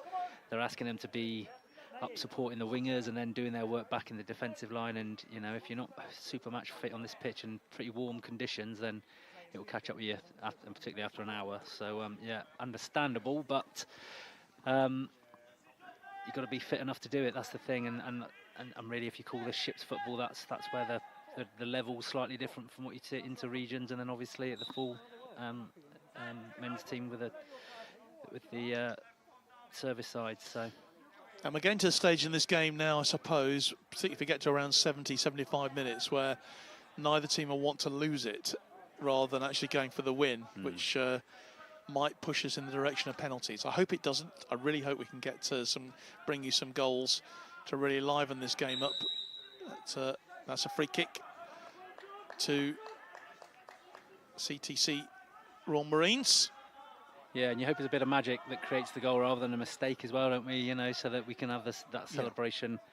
But we'll see how it pans out. Plenty of time yet, and as we say, once the lads start getting more tired, and the gaps open, and the spaces are created, and that's then you may see the opportunities start to be more frequent. All right, and Bradley have made their way into the penalty area to join Sanchez Jans Baker for this free kick taken by Sean Powell, the captain. Floats it in, but didn't reach any of those. Sanchez has it, it's a header, but no one there on the end of it.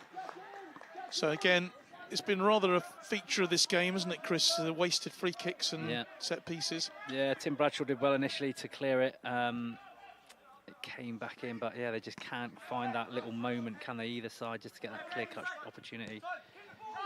0-0 between Heron and CTC Royal Marines. Challenge going in there from Dave Ayling, but eventually it's got clear. Sanchez chasing after it, and he'll get there, but surrounded by blue players. Here's Ayling again. Just wonder whether we might get a mistake which might lead to a goal here. I'm sure all of these players just beginning to tire a bit. We've seen one example of cramp already.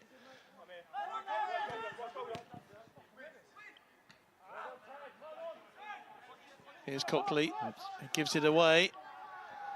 Chases on, keeper gets there first, but the flag has gone up for offside. Remains 0-0. And getting a bit scrappy again in the stages of the second half. Chris, are we going to see a change? It looks like we might be seeing the referees just... In fact, I think there's going to be quite a few changes being made by the Royal Marines now. Let me know, that'd be kind of helpful. And preparing to come on for them is Will Springthorpe. And in fact, he is going to replace Nathan Brown. So Springthorpe comes on, wearing number 12 to replace Nathan Brown. His final is over. Put in a good shift. Yeah, Nathan's been playing off that right-hand side. Looks like it's going to be a straight swap with Will going over and doing the same job. So see what he can. Perhaps they're thinking the left back's just suffered with a bit of cramp. Let's freshen our attack up there and try and take advantage of that. Chases on then, 1 against 1. But well covered in the end by Jack Wright. Wright doing a really good job there, but the danger not over yet. Chance then for the Marines, and it was a shot that came in from Dave Ayling. Didn't really get hold of it like he would have liked to have done. No, again, yeah, Josh Gaskins creating the opportunity, and it's looked like it sat there really nicely for him, but he didn't get a clean contact, and simple enough for Dane Rigby in goal. But good work there we saw from Jack Wright, just fending off the challenge for that opportunity for the Marines. Yeah, Jack had done well and cleared it, but the Marines had backed up the press really well and created an opportunity on the edge of the box. So, yeah, good little moment for them. White clears it downfield, but it's gone out of play, so it will be a throw-in to the team in blue.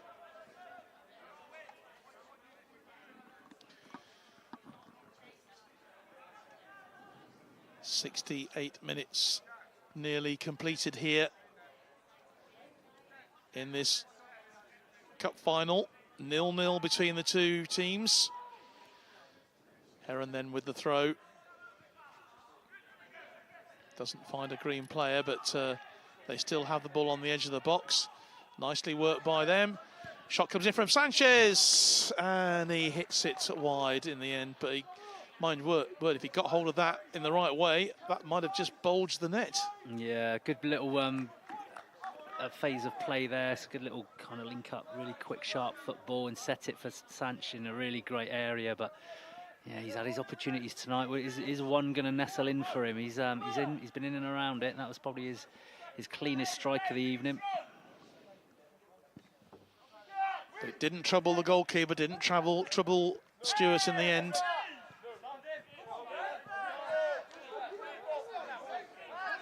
Remains 0-0. Will this match open itself out in the last 15 minutes? Well, we'll be finding that one out very, very shortly. Chances at a premium so far. But here's Roche. Inside the 6-yard, takes a shot. He scored, but it was offside. Well, that was quite tight, I think, that offside decision, but clearly given. I think he's given it for Thomas Catherine's, the Heron 4. When he won the ball in the box, he pushed, I think it was Lytton under the ball.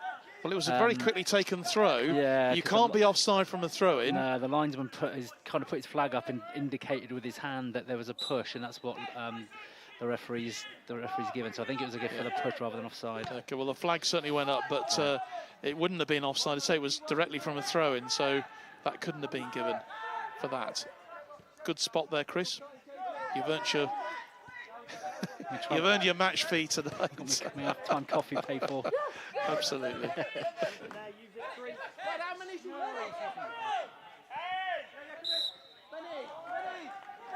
Oh, free kick quickly taken, but too quickly for the referee's liking.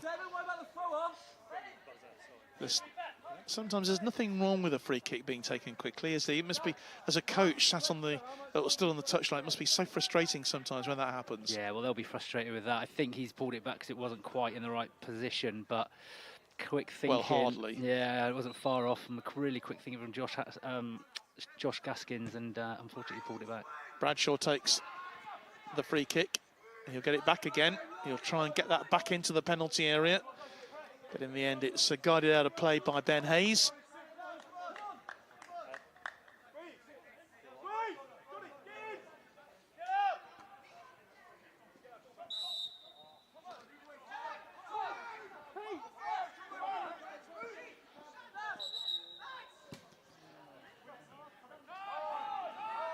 Free kick very quickly taken. It's very interesting to see why Sanchez Jans Baker is still up there in his own half. Yeah. You're helping out his defence, I think, for that attack, but he's the man who needs to get forward, really. Yeah, I think he's come back to flick on the throw-in all the way back here, but then what are you going to do once you've won the ball back if he's not up top? So Bradley takes that free kick. Still in their own half of the field, or HMS Heron, but long ball from Jack Wright, aiming for Hayes. Hayes does well to keep it in, but he's well challenged there in the end by Dave Ayling. Yeah, tidy defending there from Dave Ayling, really good. There he is, Ayling again. Nicely played by the Marines. This game is surely going to open itself out in these last few minutes. Oh, it's gone again. Yeah. And that doesn't look too good for Jack Webster. Looks like he did his ankle, didn't he, there? I think he's on the no way back from cramp. And we are going to have a change here. Finally, they are going to make the change. So going off. Substitution for the Commando Training Centre of Marines. Number 6, Tim Bradshaw, being replaced by number 17, Jordan Peach. So Jordan Peach coming on for his player manager captain. Number 3, Jack Webster, being replaced by number 5, Pete Bradley.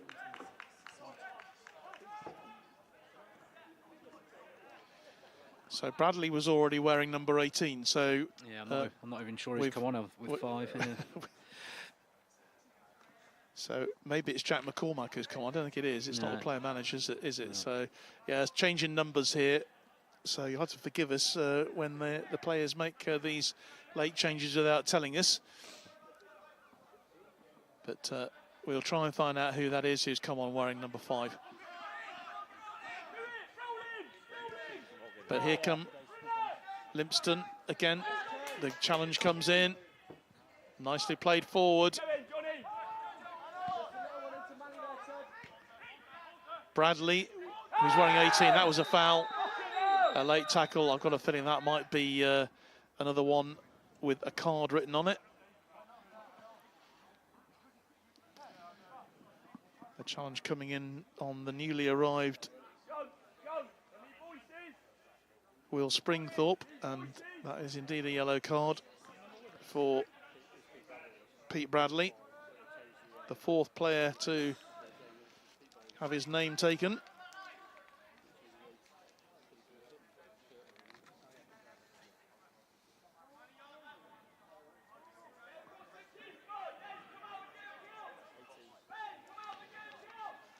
So CTC Lympstone then have this free kick. Davenport. Oh, he's lost out.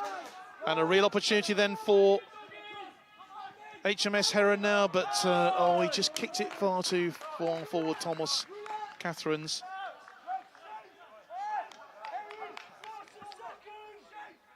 Yeah, Joe Brightman had got across well and just given Thomas a problem.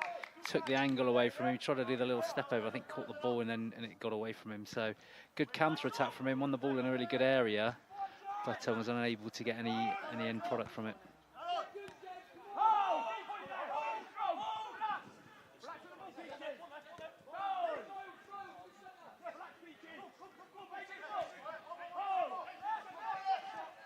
Marines then on the edge of the box. Tough defence. But still going with Jordan Peach. Here's Peach then on this left-hand side. Aiming for Gaskins. Gaskins keeps the ball in play. Competitive ball going through. Yeah, just fighting for it around the edge of the Heron 18 there, CTC, trying to create something, but as you said, really aggressive, positive defending from the team in green, so they've managed to thwart any real threat.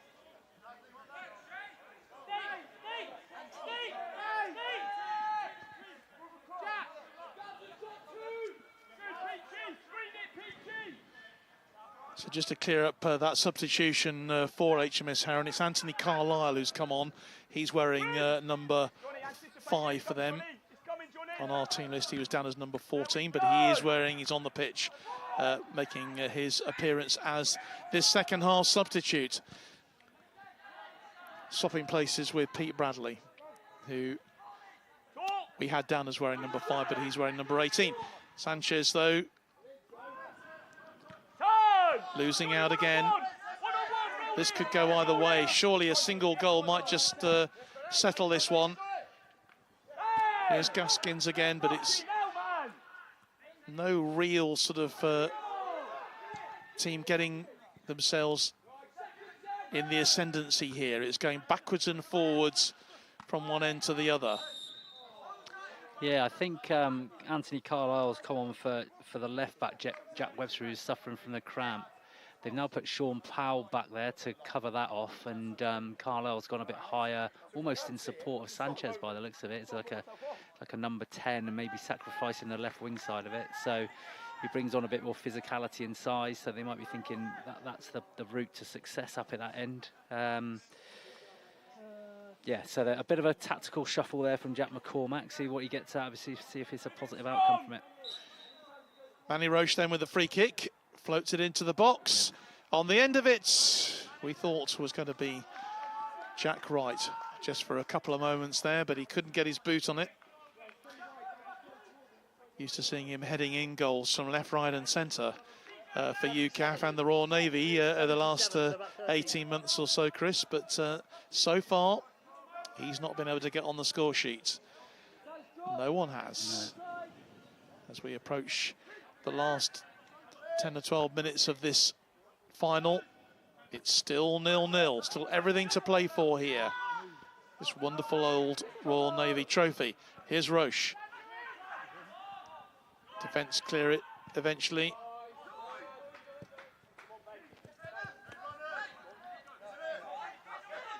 Cockley then will take the throw.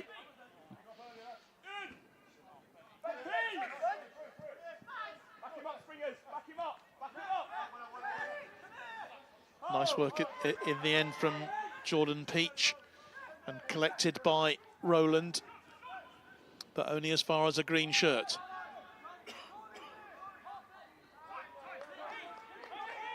Here's Bradley. Oh, he didn't I don't think he intended that to happen. It's got out of play as it's... Linesman says no, it didn't go out of play. So well done to Brad Stewart for keeping it alive. He just about did it. Yeah. They all looked to the line and he was clear with his not having any direction, of it. Yeah. Alan Gower and Neil Pitt running the assistant referees' roles this evening. Good evening to Divin Pearce, who's joined us. He's watching on Facebook tonight. Yeah, Dave Berry as well up there in Scotland. Good to see him tuning in. A stalwart of Navy football over the years, and apparently the Navy's top PTI. Good to have him watching. And will he be getting a bit nervous ahead of Scotland's game? If he's north of the border. Well, yeah, he's not Scottish. He's not Scottish. Yeah, okay. Yeah. Actually, if you're watching in Scotland, and a chance then for the Marines, but offside. The offside flag has gone up against Ben Rowland there. He must have thought he had a great opportunity, but the flag went up, so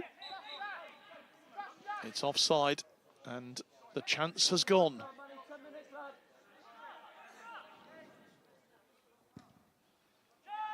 Hannah Bradley says Pete Bradley loves a tackle.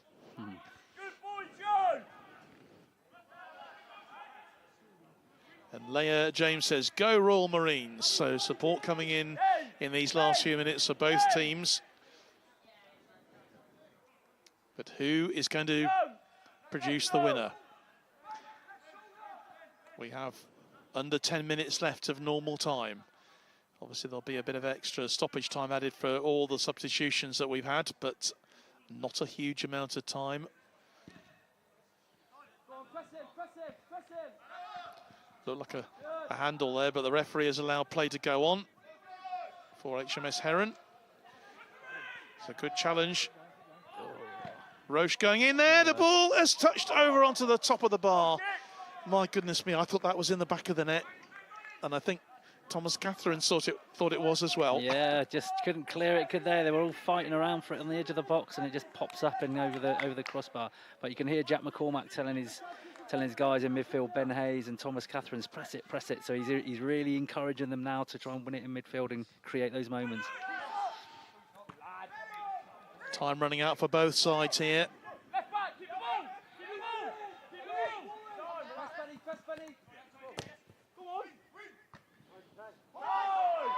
Good clearance from Cockley, but only as far as Miles. Quick tees himself up, gets the shot in, it's on target, but just lacks the power that he needed there to make any impression on Dane Rigby.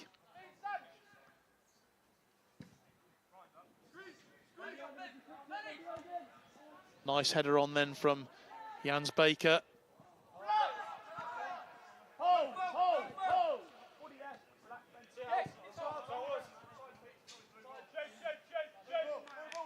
No shortage of pressing from either team. Yeah, you can see how the pitch has opened up now. Big spaces in there. Those lads start to tire with it. Less than 10 to go. There's a couple of fresh legs on, but not that many. There's still bodies on the bench for both sides. So, yeah, but getting somewhat fraught out there, I would say, with the boys. There's a bit of nerves and kicking in now, as we said earlier. I don't want to give it away now. I don't want to have the mistake that cost them the final. So, taking less risks on the ball and looking to get in behind earlier. 21 minutes to 8 UK time. And just a reminder that if we haven't got things settled here, those of you watching on BFBS TV will be switching over to the coverage from the Euros. A hugely important game for Scotland against Switzerland tonight in Cologne. But we'll be staying here, of course, on Forces News, YouTube and Facebook for the conclusion of this final. If it goes to a penalty shootout, it'll be here. That's really lovely 1-2 play with Catherine's then breaking, but he slips in the end. Good defensive work then from the Marines with James Litton bringing it clear. Roland just trying to get on the end of it, but again, that final ball, yeah, you would just have been not up to it. Yeah, I think you'd have been onside. Cockley was probably playing him on there, so if they could have measured the pass, that would have been a great opportunity for him. They're just lacking a bit of quality on both sides tonight, really, in these important final third areas. Long ball going through, and the attempt by Hayes to keep it in play only ushers it out of play for a throw. Fozzie Bear 4 says, come on, CTC.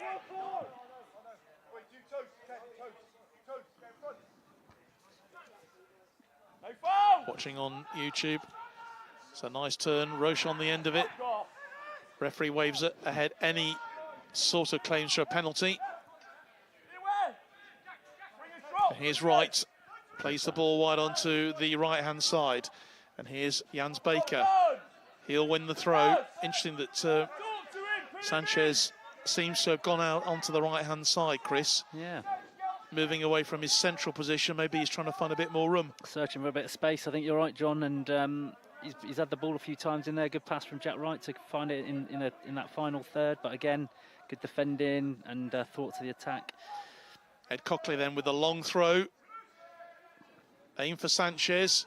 He gets on the end of it, but in the end it's cleared by the Marines.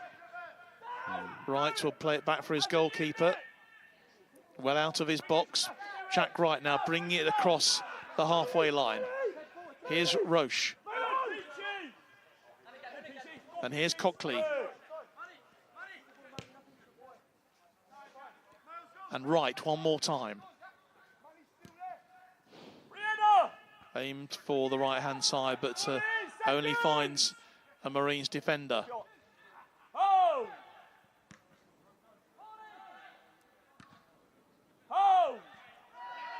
Well, the challenge was an unfair one, said the referee. So Josh Gaskins will win the free kick then for CTC. Yeah, unnecessary from Ben Barron. Heron had finally managed to camp in the CTC half for a couple of minutes, get a couple of phases of play, get some pressure on, and then just an unnecessary, maybe a tired tackle, and it relieves all that pressure. Well, we are into the final 3.5 minutes here of normal time, and still we await a goal. Are we going to get one before the final whistle? Looking increasingly unlikely here. I don't think the teams are playing for a draw. I don't think either of them has shut up shop by any means. So what can HMS Heron do here? Just scuffed, he just scuffed his foot, didn't he? Slightly did Thomas Catherine's there. Annie Roche chasing, but it's headed into the penalty area. Roche again. Now chance for Heron. Gets a low cross in. Goalkeeper there on the end of it. Wow. And just a little bit ahead of Jans Baker there. Couldn't get the final touch. Yeah, Manny Roche is asking questions there because he's done absolutely brilliantly. Put it into a fantastic area near post. So you'd expect Jans Baker to be getting there, but he wasn't able to make up the ground. So, yeah, a bit of disappointment there for Heron.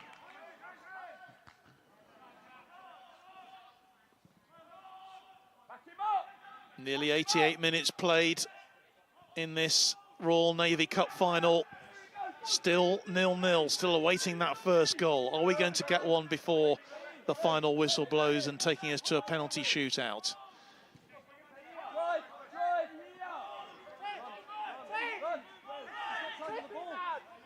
It's 15 minutes away from kick-off in Cologne. That all-important Euro match for Scotland.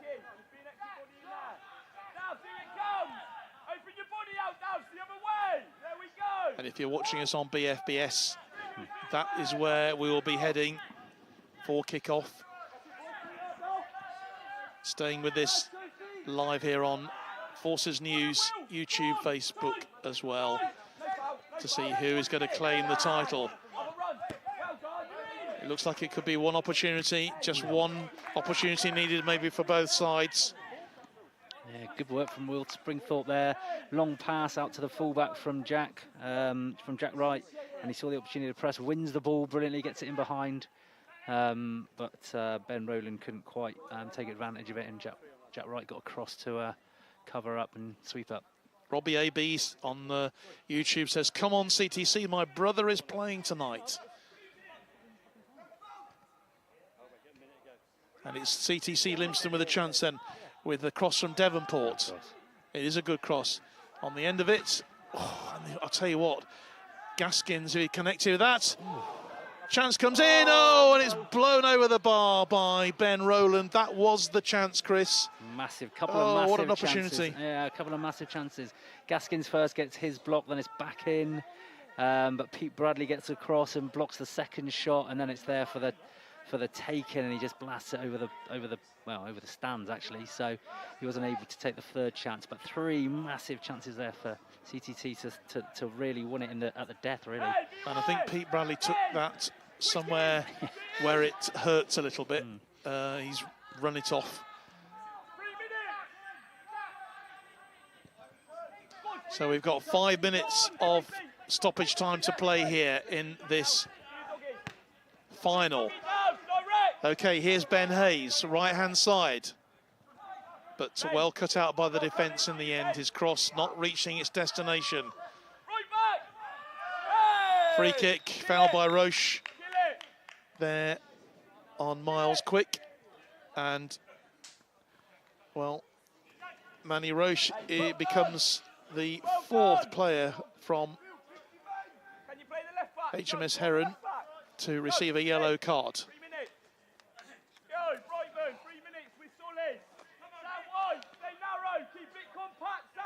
So we're into stoppage time here, with the threat of penalties looming for both of these teams to settle the 2024 Royal Navy Cup. That's a lovely ball out onto that far side.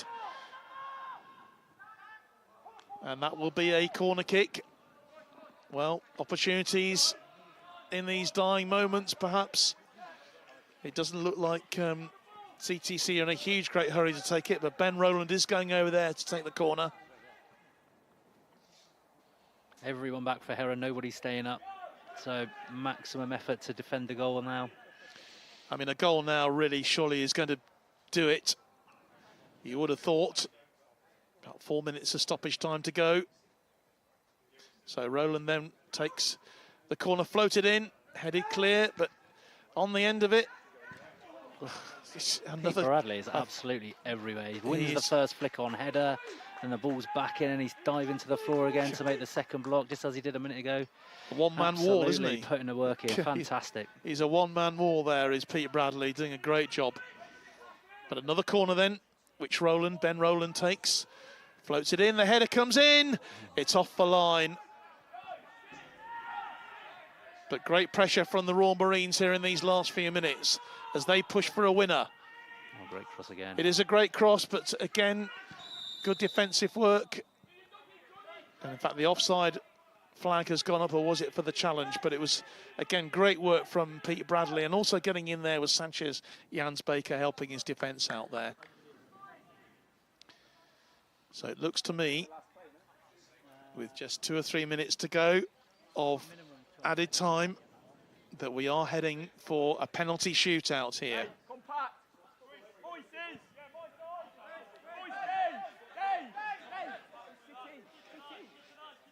Dane Rigby taking then this free kick.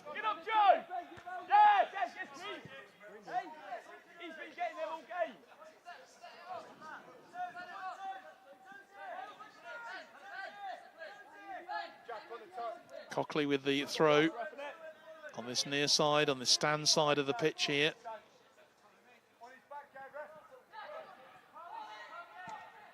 Ball comes in, and it's going to be a goal. It is. It's in for HMS Heron, and the man who's got it is Manny Roche on the edge of the box. Well, it's a goal that's going to settle this Royal Navy Cup final. Surely, Roche absolutely delighted, and you've got a feel for the Royal Marines there, because the ball floated in, it just bowled around in the penalty area, beat off all the defence, and there was Manny Roche to tuck the ball in. In fact, he got a really good touch on that ball, which just beat the goalkeeper.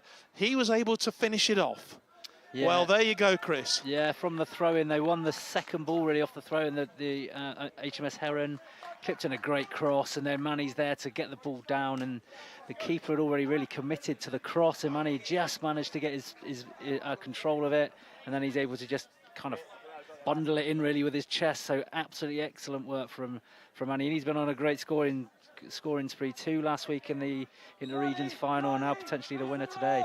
Well, we have just 1 minute to go of stoppage time, and surely there's not enough time for the Royal Marines to claw this one back. But my goodness me, what a dramatic end to this game. We've needed a goal. We finally got it in the very, very last moments of stoppage time. Well, we wanted drama, Chris. We certainly got it there. Yeah, devastating for CTC, though, if that is how it goes. You know, at this minute in the game, what was it, probably 93rd minute? You know, that's a real killer absolutely, time. Absolutely right. But from HMS Heron's point of view, what a time to score. Yeah. What a time to score. And you've got to give them credit for really going for it. In fact, both teams, give them a load of credit for really going for it right at the end there. You know, there's some real opportunities for the Marines, and that is the final whistle blown by referee Chief Petty Officer Lee Dudman. It brings to an end the 2024 Royal Navy Cup final, and what a dramatic end. Yes, it was, absolutely. From one end where we were talking about the CTC having really massive opportunities and weren't able to take it, with some amazing defending in and around the box from Heron, and then they go up the other end and a similar opportunity they managed just to kind of bundle into the box for the winner. So yeah, both teams really going for it all the way to the death, all the way into extra time, and as it happens, obviously we see HMS Heron coming out on top with a goal from Manny Roche. So really, really great effort from both sides. Well, his brother Sol's been on the chat line on on YouTube and says, yes, Manny. And Joe Collins says the best looking Roche has scored. Well, you probably have something to say about that, Sol. But, well, you won't be complaining tonight, and he won't be complaining because, well, what a way to score. But you do have to feel for the Royal Marines, for CTC, Royal Marines Lympstone, who put up a great battle in this game. And they must have thought, well, we're going to a penalty shootout. Yeah, and against, as we said at the beginning of the game, against a really strong Heron side, they were absolutely fantastic. Every single one of them that came on, that started, they absolutely put their bodies on the line there for everything. They're coming off absolutely shattered now, and they'll be absolutely gutted, but they should be really proud of their performance to get here and put up a great performance as they did. Well, very shortly, Kath Brazier is going to be talking to the winning pair, Captain Sean Powell and Manny Roche. Talking now to Kath Brazier.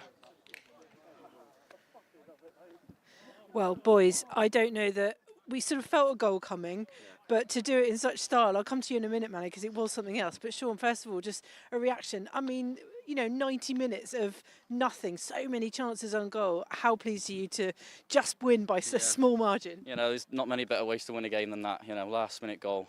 Fucking credit to this man, he went all game. He was brilliant. I'm just so happy for the lads. We've had a great season, so it's a good way to finish it with a cup. Yeah, and both sides have been quite free-flowing in the goal-scoring department up till now, so it must have been really tough opposition from CTC. Yes, definitely. One of the tougher sides this season that we've played. I think we've only conceded 1 goal so far, so we're pretty solid in defence, but they put up a good fight, but we're better on the day. So. And Manny, they'll be hailing your name for many months to come, I'm sure. What a way to finish! Yeah, it was amazing. You just got to, never give up, keep on going to the end. We had a few chances before. I think, second half we had a lot of chances and you just got to keep on going. We were close to getting on some of them, but, you got to keep on going, and finally we got on the end of one. And best way to do it, really, last minute, saving it, weren't we? And yeah, it was a double attempt as well. I mean, it was nearly like finished off the game with another chance, but you got your head in there in the end. Yeah, I seen him and he whipped it in. I seen the ball coming in and it was just in front of me, just stuck a foot out. I see a bit of luck on my side, fell kindly to me, and I don't even know what I'd done to get it over the line. Bit of everything, head, chest, a lot, but yeah, just happy for it to go in. What a way to do it. Yeah, it was a full body effort apart from arms, which is the good thing, obviously. Sean, just finally, I mean, to beat the Marines is always Royal Marines is always a sweet thing, but Heron haven't had their name on this cup for quite a while, so it must be just the icing on the cake for you. Yeah, definitely, as you say, icing on the cake. Jack and Jack both have done a brilliant job this season to get us lads enjoying football back at Heron, and we've had a great season. And like I said before, it's brilliant to finish it with a trophy. Great. Well done, boys. You can go and celebrate now. Thank you very what a much. great finish. Thank you. Cheers. Thank you very much. Got Kath Brazier talking. Kath Brazier talking there to Manny Roche and the captain Sean Powell. Time then for the presentations to take place here for today. Great to see Steve Vasey out here, former Secretary of Royal Navy Football, and it's time for Captain John Gordon to say a few words then to the two teams about their contribution to this final.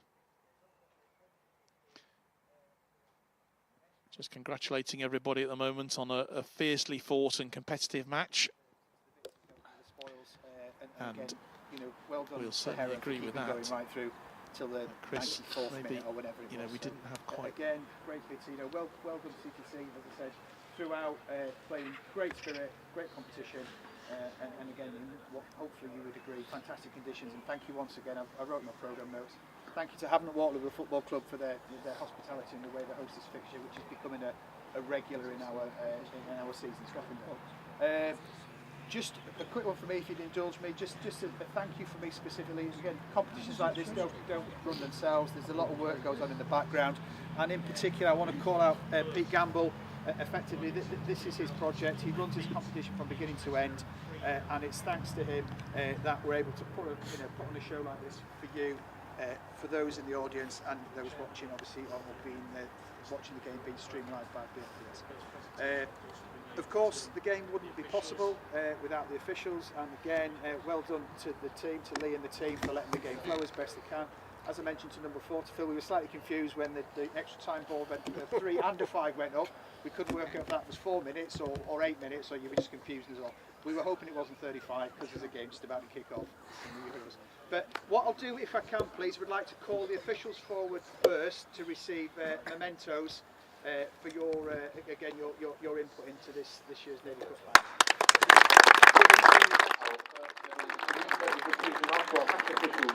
Please put your hands together for referee, Chief Petty Officer Lee Dudman, Assistant Referees, Chief Petty Officer Adam Gower, and Lieutenant Neil Pitt, and the 4th official, Lieutenant Phil Eady.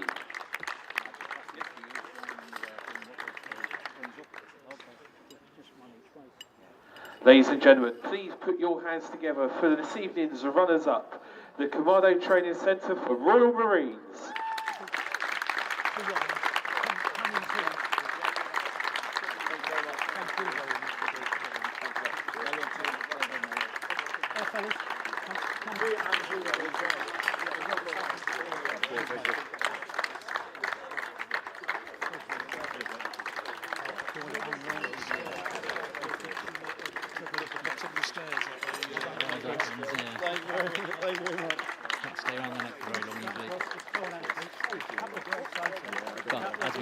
Great to get here, back in the final after such a long time, putting a massive effort. Could have won it, there was arguably, I would say the best team in the first half, evened up a bit second half, but a really great tournament from CTC.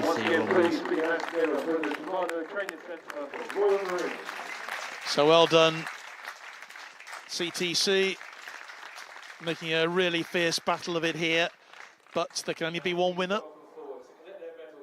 The trophy, your champions, HMS Heron. Very satisfying moment for them as first of all their goalkeeper Dane Rigby comes up to collect his medal with the rest of the team Congratulations. That was a real goal poacher's goal, wasn't it, from Manny at the end there? Absolutely, right place, right time, you know, and he's been in and around it, as I say, these last few weeks, scoring goals for Heron and the Fleet Air Arm, and again today. So, yeah, he's had a massive contribution again. Well, just staying very briefly for the trophy presentation. Don't forget there's a certain game just about kicking off over there in Cologne in the Euros, with Scotland in action, of course, desperate for a win there. But we'll just stay here very briefly for the trophy lift now, which will be done, of course, by Sean Powell, their captain, as he receives the trophy from Captain John Gordon and raises it now.